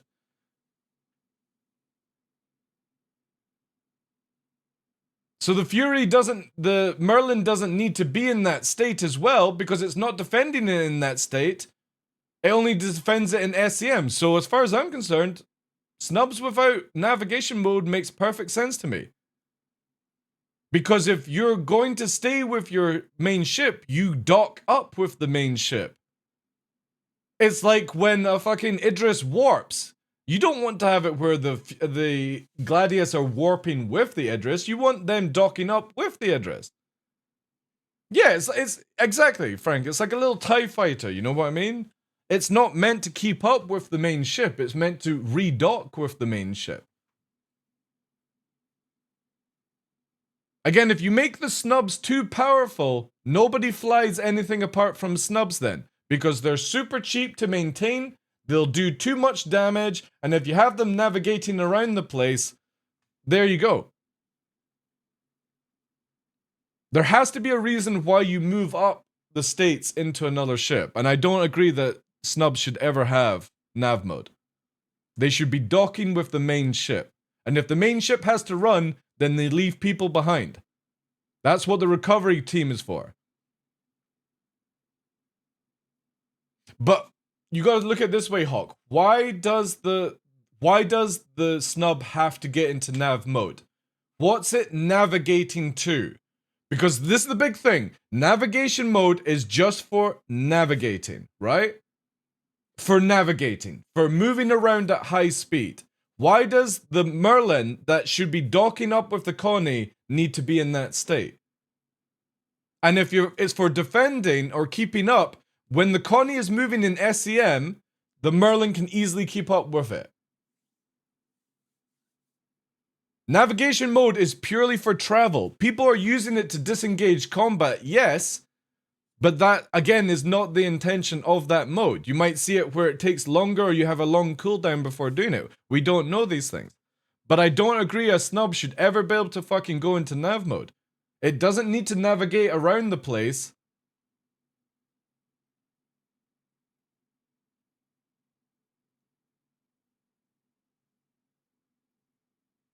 Snubs are used for... They're not classed as racing ships, though, Ondo. See, this is the big thing. CIG are trying to make ships into roles. Yes, of course it does matter, dude. You can race in SEM. You can race in SEM. Why do you need to go into nav mode to race? Again, you've got to have a reason. Why do you need to go into nav mode to race around a track? If you complete the track in a minute or you complete the track in 5 minutes, but you're the fastest person that does it in 5 minutes, you're still the fastest racer. It's irrelevant that you need to go fast around a track. It's time. That's all it is. So people use snubs for racing? Race in SEM mode. You want to race in nav mode? Find a racing ship that races in nav mode. You get where I'm getting at. We don't need to make every ship do every fucking thing in this game.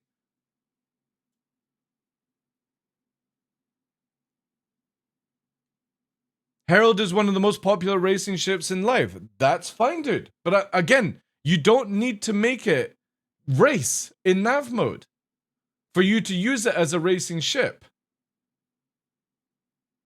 And since it's not classed as a racing ship, that's why it can't go into nav mode. And it doesn't have a quantum drive. That's why it can't go into nav mode.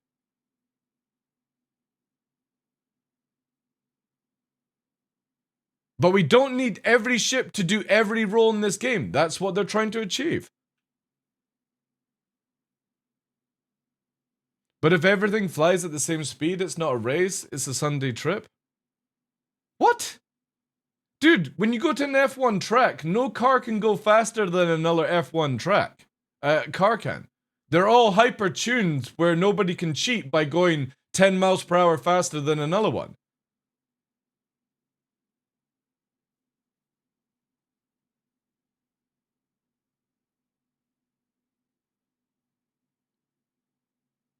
Like, there are rules where you're not allowed to have something that, like, you know what I mean? You can't turn up to an F1 racetrack and add nitrous oxide to your car. Or your racing car. Is it classed as a car? Yeah, racing car, whatever. So if everyone is in the same speed, that is racing.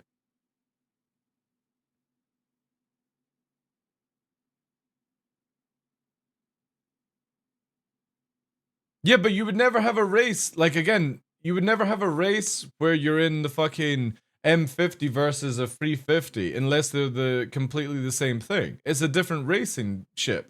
different class, different race altogether. It's like NASCAR, Rally, Formula 1, Formula 3, fucking Junkyard Wars, whatever, right?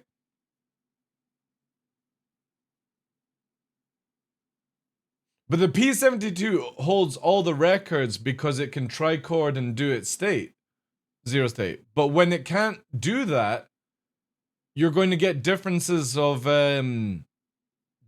times on the track in different places.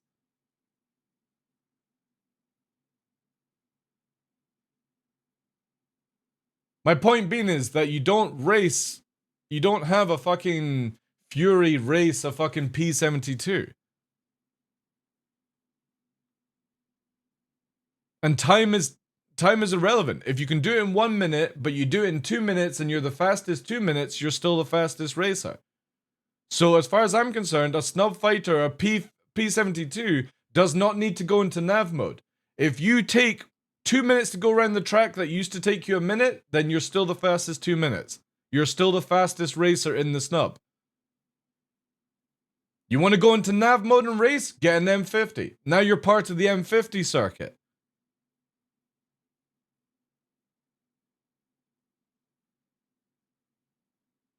Time trials, that's very true, yeah. But that's actually a good point. I barely ever see people doing racing where they're all on the same track at the same time. There is, what's it called? The Crux does it though. The Crux does the race where everyone's on the same track.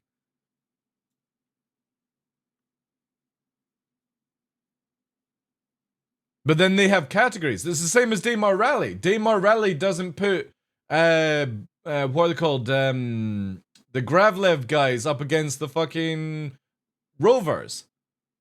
It's different races for different categories. So if you're the fastest P52 or P72 pilot without navigation mode, then there you are.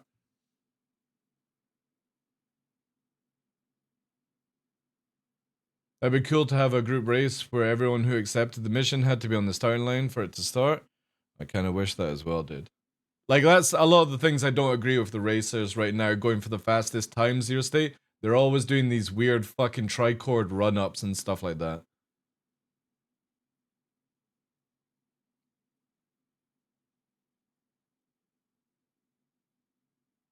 Anyway, let's not go off topic. This is why I don't think snubs need to have quantum drives. There is no valid reason for them to need to go into nav mode. They are not navigating from A to B. They are not a ship designed to navigate.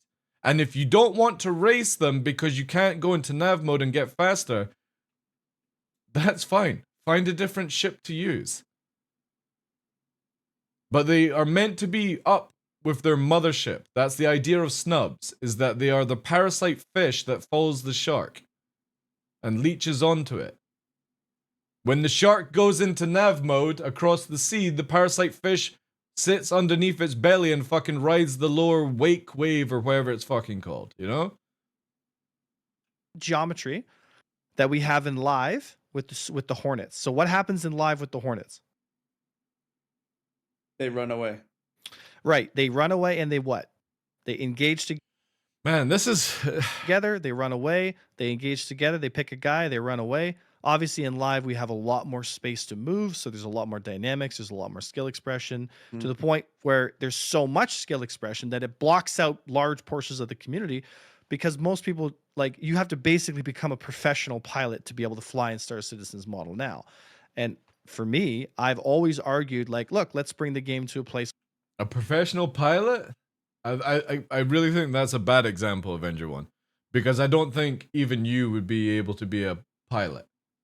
Where most people professional can enjoy pilot, it, but still keep that skill expression, skill ceiling. And again, professional gamer, sure. But the same thing that's happening in live, where Hornets attack together because they have the highest acceleration and some of the highest top speeds. Doesn't matter if their turn rates are slower. It doesn't matter if their guns are this. It doesn't matter, because if I can engage you and you can't engage me, then it's my fight to win.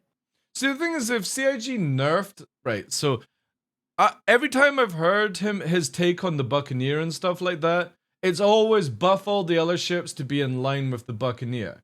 But CIG are going to nerf the Buccaneer because they don't want to bring the other ships in line, since the other ships actually work and are fun to use once you learn them. Now the problem is once he doesn't have the ability to boom and zoom and tank like in the Buccaneer and the Merlins and stuff like that, where will his views on Master Mode go? That's what I'm worried about. I think he's going to flip a table. We have the exact same thing going on in Master Modes where, yeah, sure, you got your turn rates and light fighter, blah, blah, blah. But I'm not taking turn fights with a light fighter because I don't need to. How good is the switch in Nav to switch Nav in combat? If you don't do it right, you die very, very fast. Ocean Man, Simon. So the moment you go into Nav mode, you lose the ability to shoot, use your weapons, and lose your flares. So if a wingman who's supporting the main target or the main pilot goes, he's gone into Nav mode, the secondary person can be in missile mode already, queuing up a missile and firing it before you get any distance. And one size 2 missile fucking kills a Gladius outright if it hits you. So there is actually a little bit of skill of getting into Nav mode correctly. Because I've seen a lot of people go into Nav mode and they just die in a fire. So time will tell how much that will be, right?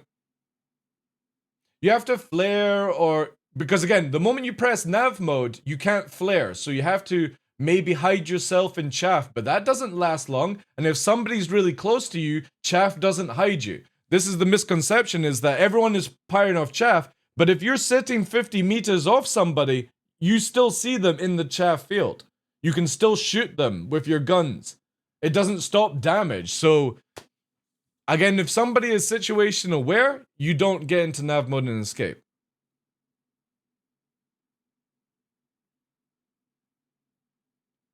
I would actually like that Zero State. I'm a big fan of Elite Dangerous with their UI and their flying mechanics, where you've got the mass locking, and if you're under fire, it takes longer for you to spool up. I'm all for that shit. I really liked it in Elite Dangerous. That if you're zooming around like this, you can't get up to speed and warp away and stuff like that. You have to sort of streamline it and stuff like that. I did like that. So if CIG went that route, I would be fine. Just fly in, shoot at them, and leave. And if you drop your chaff cloud and do whatever, yeah, exactly. Frame ship detected. It was always these. It was just really good. Great, all power to you, man. I'm gonna wait for you to blast all your chaff away, and then I'm gonna come in anyway. So you know, it's the same geometry. You have the same strategies going on, and only interceptors now have access to this kind of strategy. And to me, it's very clear that interceptors in all kinds are just going to completely dominate. They've become the light fighter meta that we've seen in live. Again, in Master Mode's Experimental Mode version 2, which was before the one where the Buck is now powerful, everyone was flying the Hornet because it had broken capacitor. Nobody was in a Buck, nobody was in a Gladius. It was all Hornets day and night. CIG will nerf the Buccaneer because all the rest of the ships feel good now, you know? Then we'll see. It's just let CIG do that balancing a different first. ship. Now it's a tuning. It's like now, like welcome to the light fighter meta, but now it's called the interceptor meta. Exactly. So nothing's changed, but everything's changed. Is that kind of? Yeah, but interceptors are not fighters. Yeah, but you can use them as like fighters right now. The entire Master Mode's experience down to an imbalance of like some of the speed interceptors and like snub fighters, right? No, that's not what I'm saying. But that's what the meta. That's what the meta is, right? But there's Avenger. There's no meta. It's in experimental mode. It's in Arena Commander experimental mode, and it's going to be on PTU or Evil Catty shortly. More experimental mode, and when it gets to the fucking PU in 323, it's still experimenting. It's still up for decisions and stuff like that. There is no meta. Am I wrong to say that we are still very far to have some sort of game, right? Yeah, Sint, miles away, dude. Like 2-3 years if we're lucky.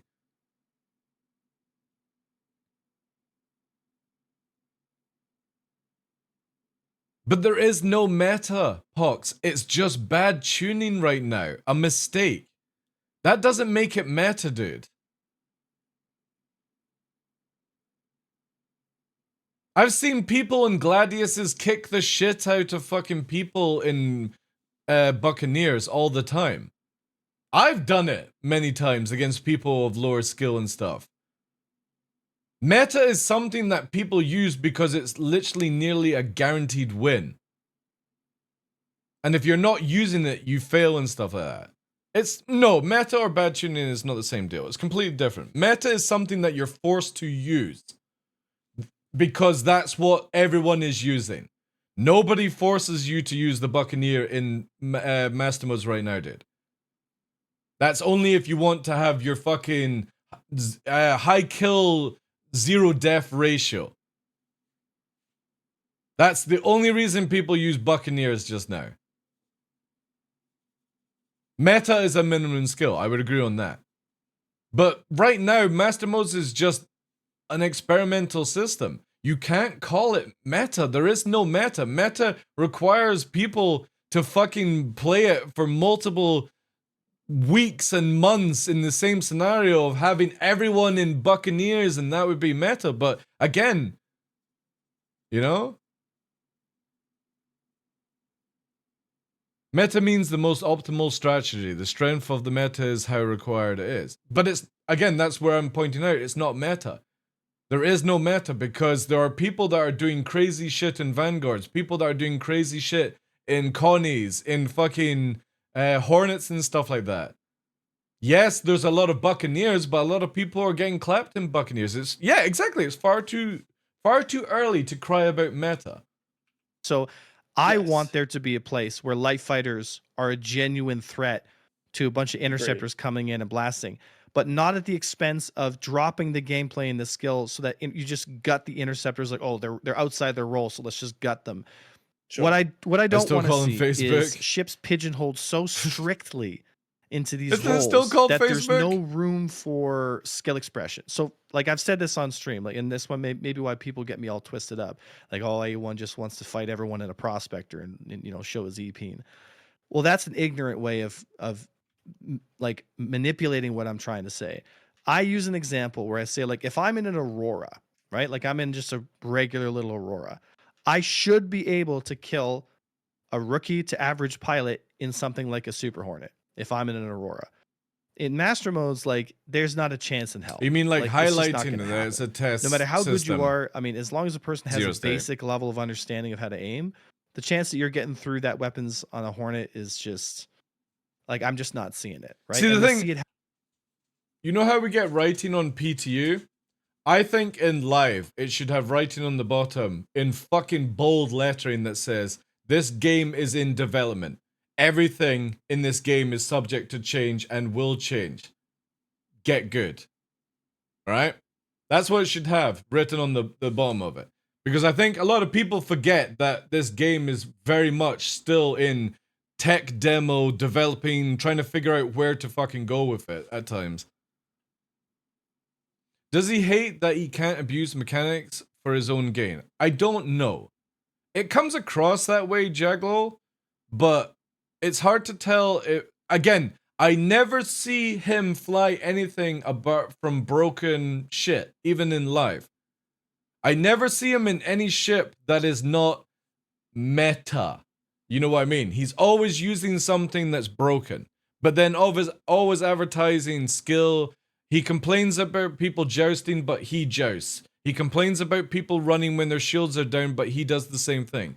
He complains about people backstrafing, yet he backstrafes.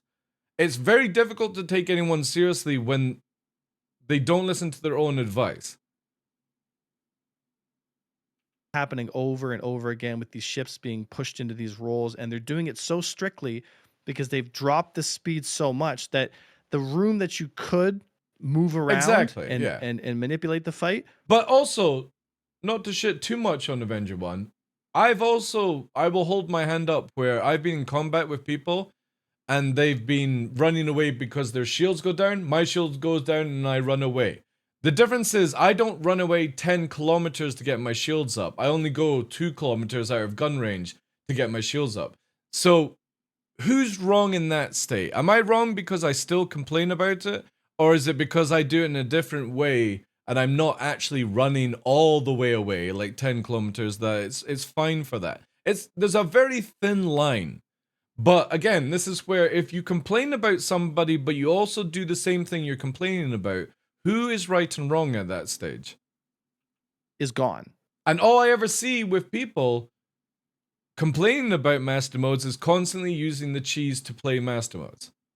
Because now you can't create enough of a deflection angle to get away. Well, yeah, from the I completely agree. It's down ridiculously to fast guns. CIG for You creating can't loopholes. get far enough away to manage the fight because they're just hailstorming bullets at you. So it's a moot point. And then God forbid you have like a second shooter on you. If you have a second shooter, like you can't even defend against that. And that's what I've been arguing. It's like I should be able to take a 2v1. It's a game I'm not problem, saying yeah. I want to kill both these guys. I want to defend against them. I want to be able to not die. Yeah, this is the Zero State brings. Sorry, we're pausing this again. This is like 2 hours and a half, and we're only 36 out. Guys, this is going to be a two-parter at this point. This is a big debate on this shit. Zero State says we have a weird fixation that the SE community needs every ship to be able to win, and that's not how it needs to be. There are some times where you find something that will be better in situations, you know? But sometimes I see a lot of PvPers talking about it where they need to be able to beat anyone in any ship. And I don't agree with that. Pros and cons, yeah.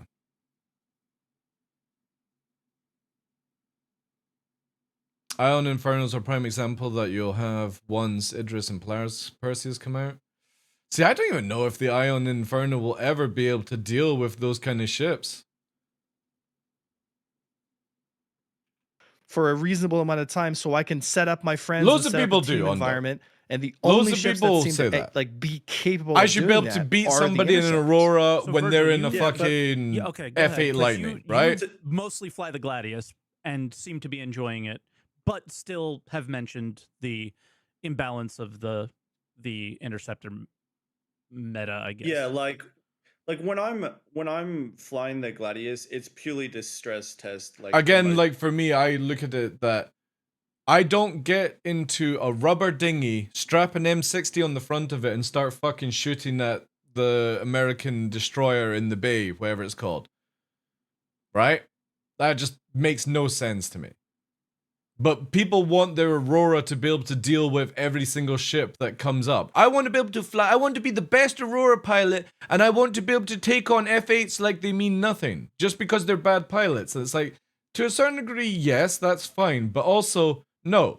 You're up against a fucking military ship. It should have way more stuff on board of it because to justify the price. You can't have a $45 ship shit on everything in the game. Because then nobody fucking spends any money or farms anything and stuff, you know? you can do in it, right? Like, Okay. it's the most. If you do live stream it, ship, no, because I'm stuff pretty like that. sure But if I went into America, I had a rubber dinghy and I strapped an M60 to the front of it, I'm pretty sure I'm going to be in handcuffs within 5 minutes because it'll be on social media. And if I was to live stream it, the police would probably end up with more things. And I've seen a lot of videos of where police seem to be a bit gun-ho at times in America. So you know what? I will just avoid trying to take on a fucking American destroyer with a rubber dinghy.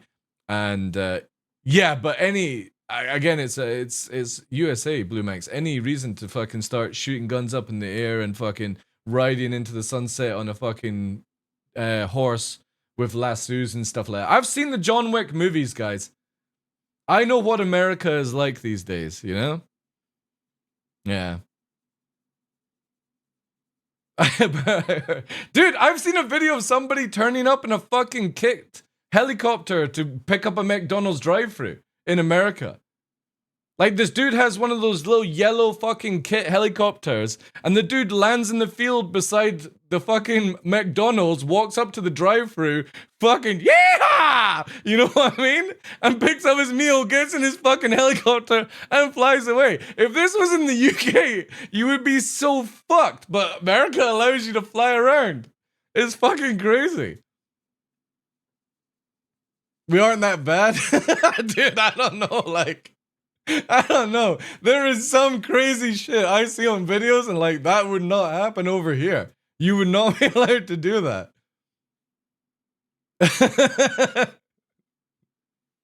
V12, yeah, exactly. 2 miles per gallon.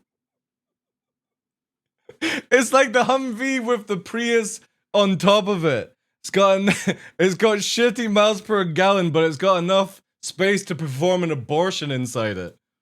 You know? Fucking crazy. Freedom! Yeah. America's fucking crazy, dude. In a good way, but also crazy. You know?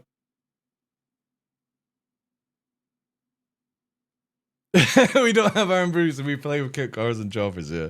Again, it's fucking just crazy stuff. Taste of Democrat. It's contagious, yeah. I am yeah. of the understanding that like when I play it, I'm playing it on hard mode because that's what it is right now, right? Like it's not like Avenger mentioned, it's not tuned that great. But it's also the ships that you two would probably be preferring to fly, like on 1.0 release of the game, right? The style of ship that the dogfighters want to be flying are the light fighters, would be my guess. Yeah, just because that archetype's described as agile. So, exactly. Yeah, like it's the most that's where the skill ceiling's expression gonna be the highest. and all that stuff that you guys are talking about could potentially be, right? Southwest and South are a whole and so, like, level nuts. I think, yeah, and to I answer like your that question, though. I think I like the whole it's, gator thing. to loop back at what we said at the beginning And of the swamp podcast, stuff. Avenger, I don't know. I think just that, really like that shit. Like, I think all these issues that you're describing and a lot of issues that we're going to be talking about later is a direct correlation with the like gunnery. I think that the fact that you can boom and zoom as easy as you can, it has to do with the ease of offense. I think the fact that you can third party so lethally and so freely is because of the ease of offense. Yep. The I would fact agree on that. you don't need, you can shoot at a hammerhead at 4K while I can barely shoot you at 1, is because of the gunnery. I hit so many more shots now. And it's like and they very noticeable. But and that's the problem, right? It's like that's also gun snakes and no helmet laws. Like, because you mean you can ride bikes without helmets? Play the game, they pick up sticks or whatever, they start shooting at a target, and this is at our fault, right, Avenger? Because we want it to be. No joke, I saw a flying boat in Cuba with a dining room chair strapped on. That people hop in, they go to PvP, and they'd be lucky they got 5 shots out of 200 to hit, right? So they needed to make people feel like they could actually get into a ship and start shooting at people reasonably. Yes, Sinkhole, yeah. When you can't beam down on people on the ground with the ships, is that they overdid it, right? So now, if I was the third party, just quickly, if I was the third party you and live, the circumstances I would need to do, and this will help you understand the debate, Mike, I would have to merge on you with the speed, and the variation of speed is 0 to 1200, right? So I've got to get on the scale and match Avenger's distance. So I have to merge onto him, which means I have to manage my drift and my speed all the way up to the approach with him. And then I have to sit within 600 meters and then stay on target and shoot him, and then get ready to follow the trajectory in which he runs away, right? Like that is like 3 steps of skill that you've got to do to third party someone and get a kill. In master modes, look at the guy, get within 4K, and you're starting your adventure already. And then you get within the Rangers are just terrifying. You're already everyone that can guy agree up, on that. And then you get within 1,000, that guy's cooked.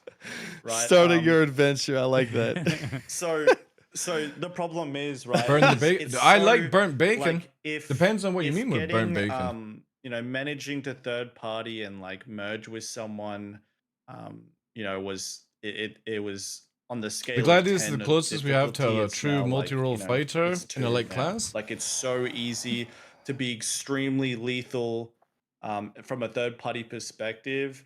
And in fights because of the gunnery. Now the problem is that's also a good thing for the casual player base. That's why the skill floor is accessible now, right? Yeah.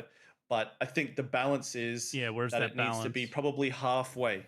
And if that's where I would want to shake the hands of Yogi at. It's like, hey, the gunnery is great because you've got a lot of people playing and they're enjoying it and they feel special and powerful in their ships finally. They finally feel like they're a part of playing the game. but you kind of Life is overdid good. it. You're in Let's shake Aussie our hands land. halfway. I'm in And I Virginia. just, and for that, it And we would were be for me. taking It kit would be copters, like, picking up Happy you know, Meals. cutting the assist maybe That in actually is half, pretty you know, fucking sick. cutting Like, the I'm not gonna range, lie, I'm which I very find jealous to of be that. the worst part of it. You know, in half, maybe even less. Now, I'll let Because you go, can't do that in Avenger, the but UK. that, just You quickly, get that would be shat my on. answer to Absolutely your shat complaint, on. right? Is that I think that they brought the ship speeds down, they brought the ranges of combat down, all the fights are compact and stuff. And then the problem, and the whole reasoning for this was to shorten the distance of these fights and these engagements. And they've made the Then range for longer. some reason, the weapon ranges got quadrupled. You know, even doesn't 8 make times. a lot of sense, right? So now you don't need to gap that distance a lot of the time, you know. And it's not it's not as black and white in that, because you can't like No. kind of- What they're talking about, Frank Unit, is not the hammerhead. That is the opposite way around. That the fighters have long range and the hammerhead doesn't. It needs to be the other way around. It needs to be where fighters have short range and the hammerhead has long range. That's what that's the balanced choice right now, is that it needs to be flipped upside down. It's the wrong way. Big guns and turrets need to have long range, and fighters should not be shooting from 4K away. They should be having to get close in that kill zone bubble. But they don't. And that's the issue. But also, like I said earlier on, they have stuff coming in free 23 that changes turrets, you know? Trying to land a shot at 6K on a pixel and stuff like that whilst you're in a moving ship, it's a little bit more difficult, right? But the idea is that right now you can sort of stay out of the kill zone of a hammerhead, depending on scenario, obviously, and kill it as a group. Then the hammerhead can kill you. And I think that needs to be flipped upside down. It needs to be where the hammerhead kills you, unless you're really, really good. fire, so you're tickling people at I would those love to long hunt distances and boars stuff. with a But minigun that from a is like, chopper. I think the What ultimate the problem here, fuck? right, is that the gunnery Is that even didn't make hunting at sense the point? against the Or master. is it just a like, fucking they don't go hand in genocide hand, really. slaughter? It's like the gunnery is a bit contradicting of Also, fuck, dude. How are you gonna eat the boar after you've pumped it full of fucking rounds from a minigun? It doesn't matter if you could do that down there. Like, that's not fucking hunting. Yeah, but you can eat the boar. It doesn't, guys, it's not about that. Hunting is about using everything about it. You're just slaughtering then for the sake of it. Culling the boars. Yeah, but you can still use the meat after. Surely. You surely don't just kill all the boar and then just fucking not use it. For sport, well, I don't agree with hunting for sport. I think it's pretty sad, like, if you're doing that shit.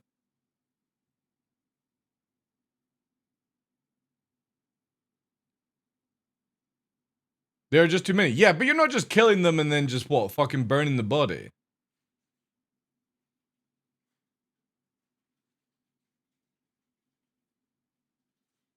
Man. I wouldn't mind some boar jerky. Somebody fucking send me a boar.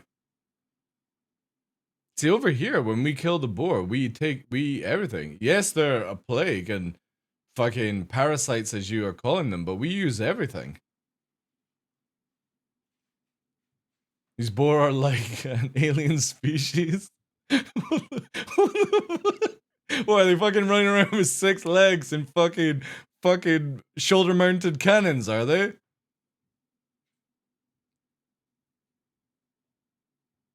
Yes! What the fuck?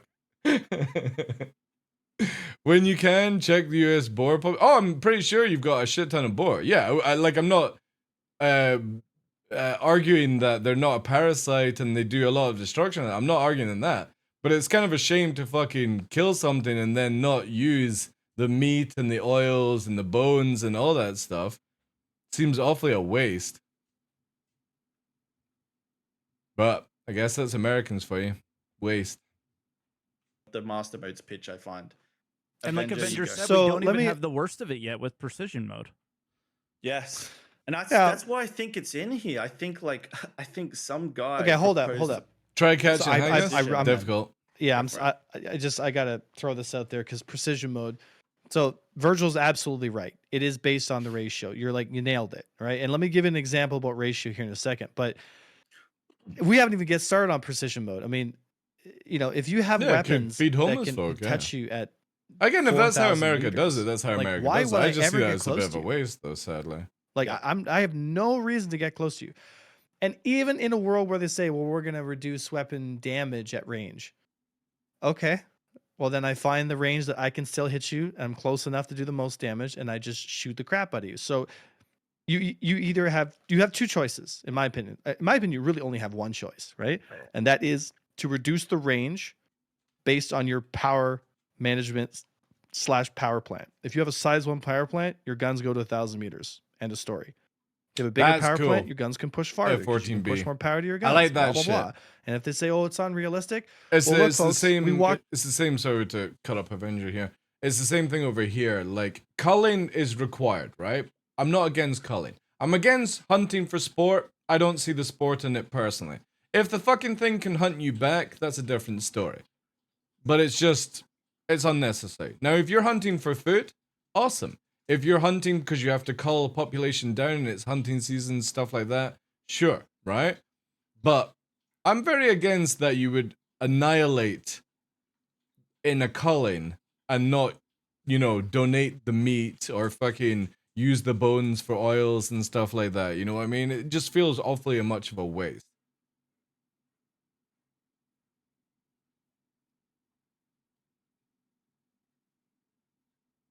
Barehanded hunting is sports. With a weapon, it's like stealing candy from a kid. I can't say I've ever done any of those two things. Boars will hunt you back, make no mistake, given a chance, they'll eat your face. Yeah, but they're talking about flying a fucking chopper with a minigun hunting boar, dude. What fucking sport is that? That's what I mean. Like, they're talking about fucking flying around in a helicopter with a goddamn minigun fucking spraying boar. That ain't sport. That's over the top, right? You deleted flying boars.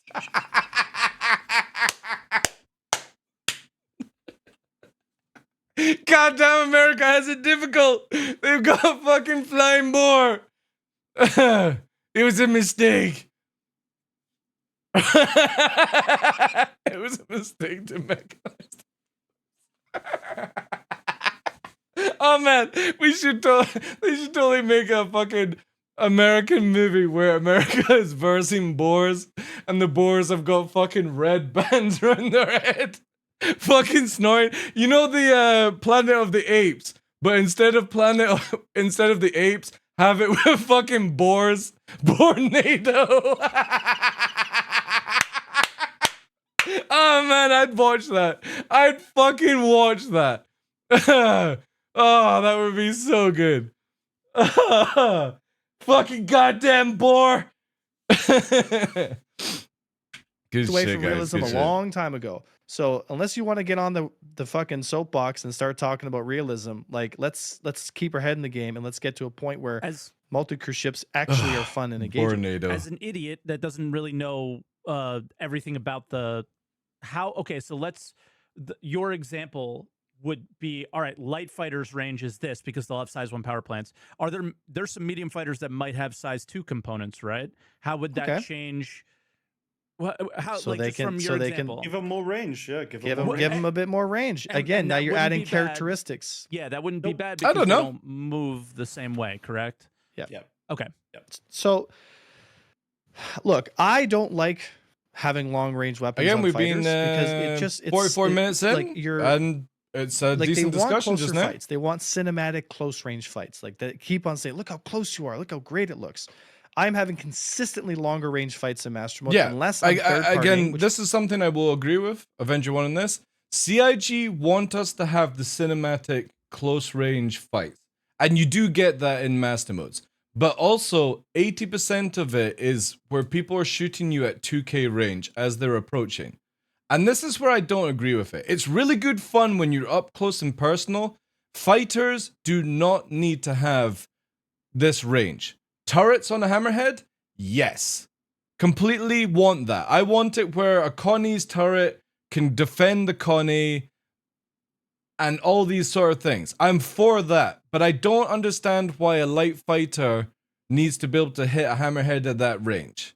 It just doesn't make any sense to me. So I think CIG really need to nerf the range of fighters down and let the big ships and the big guns and the big turrets have the fun at long range. They can't move as fast, and if you're getting hit by them, that's on you. It's a bit annoying with the aim assist on Connies just now. They seem to be able to hit you at 4K like it's very fucking easy.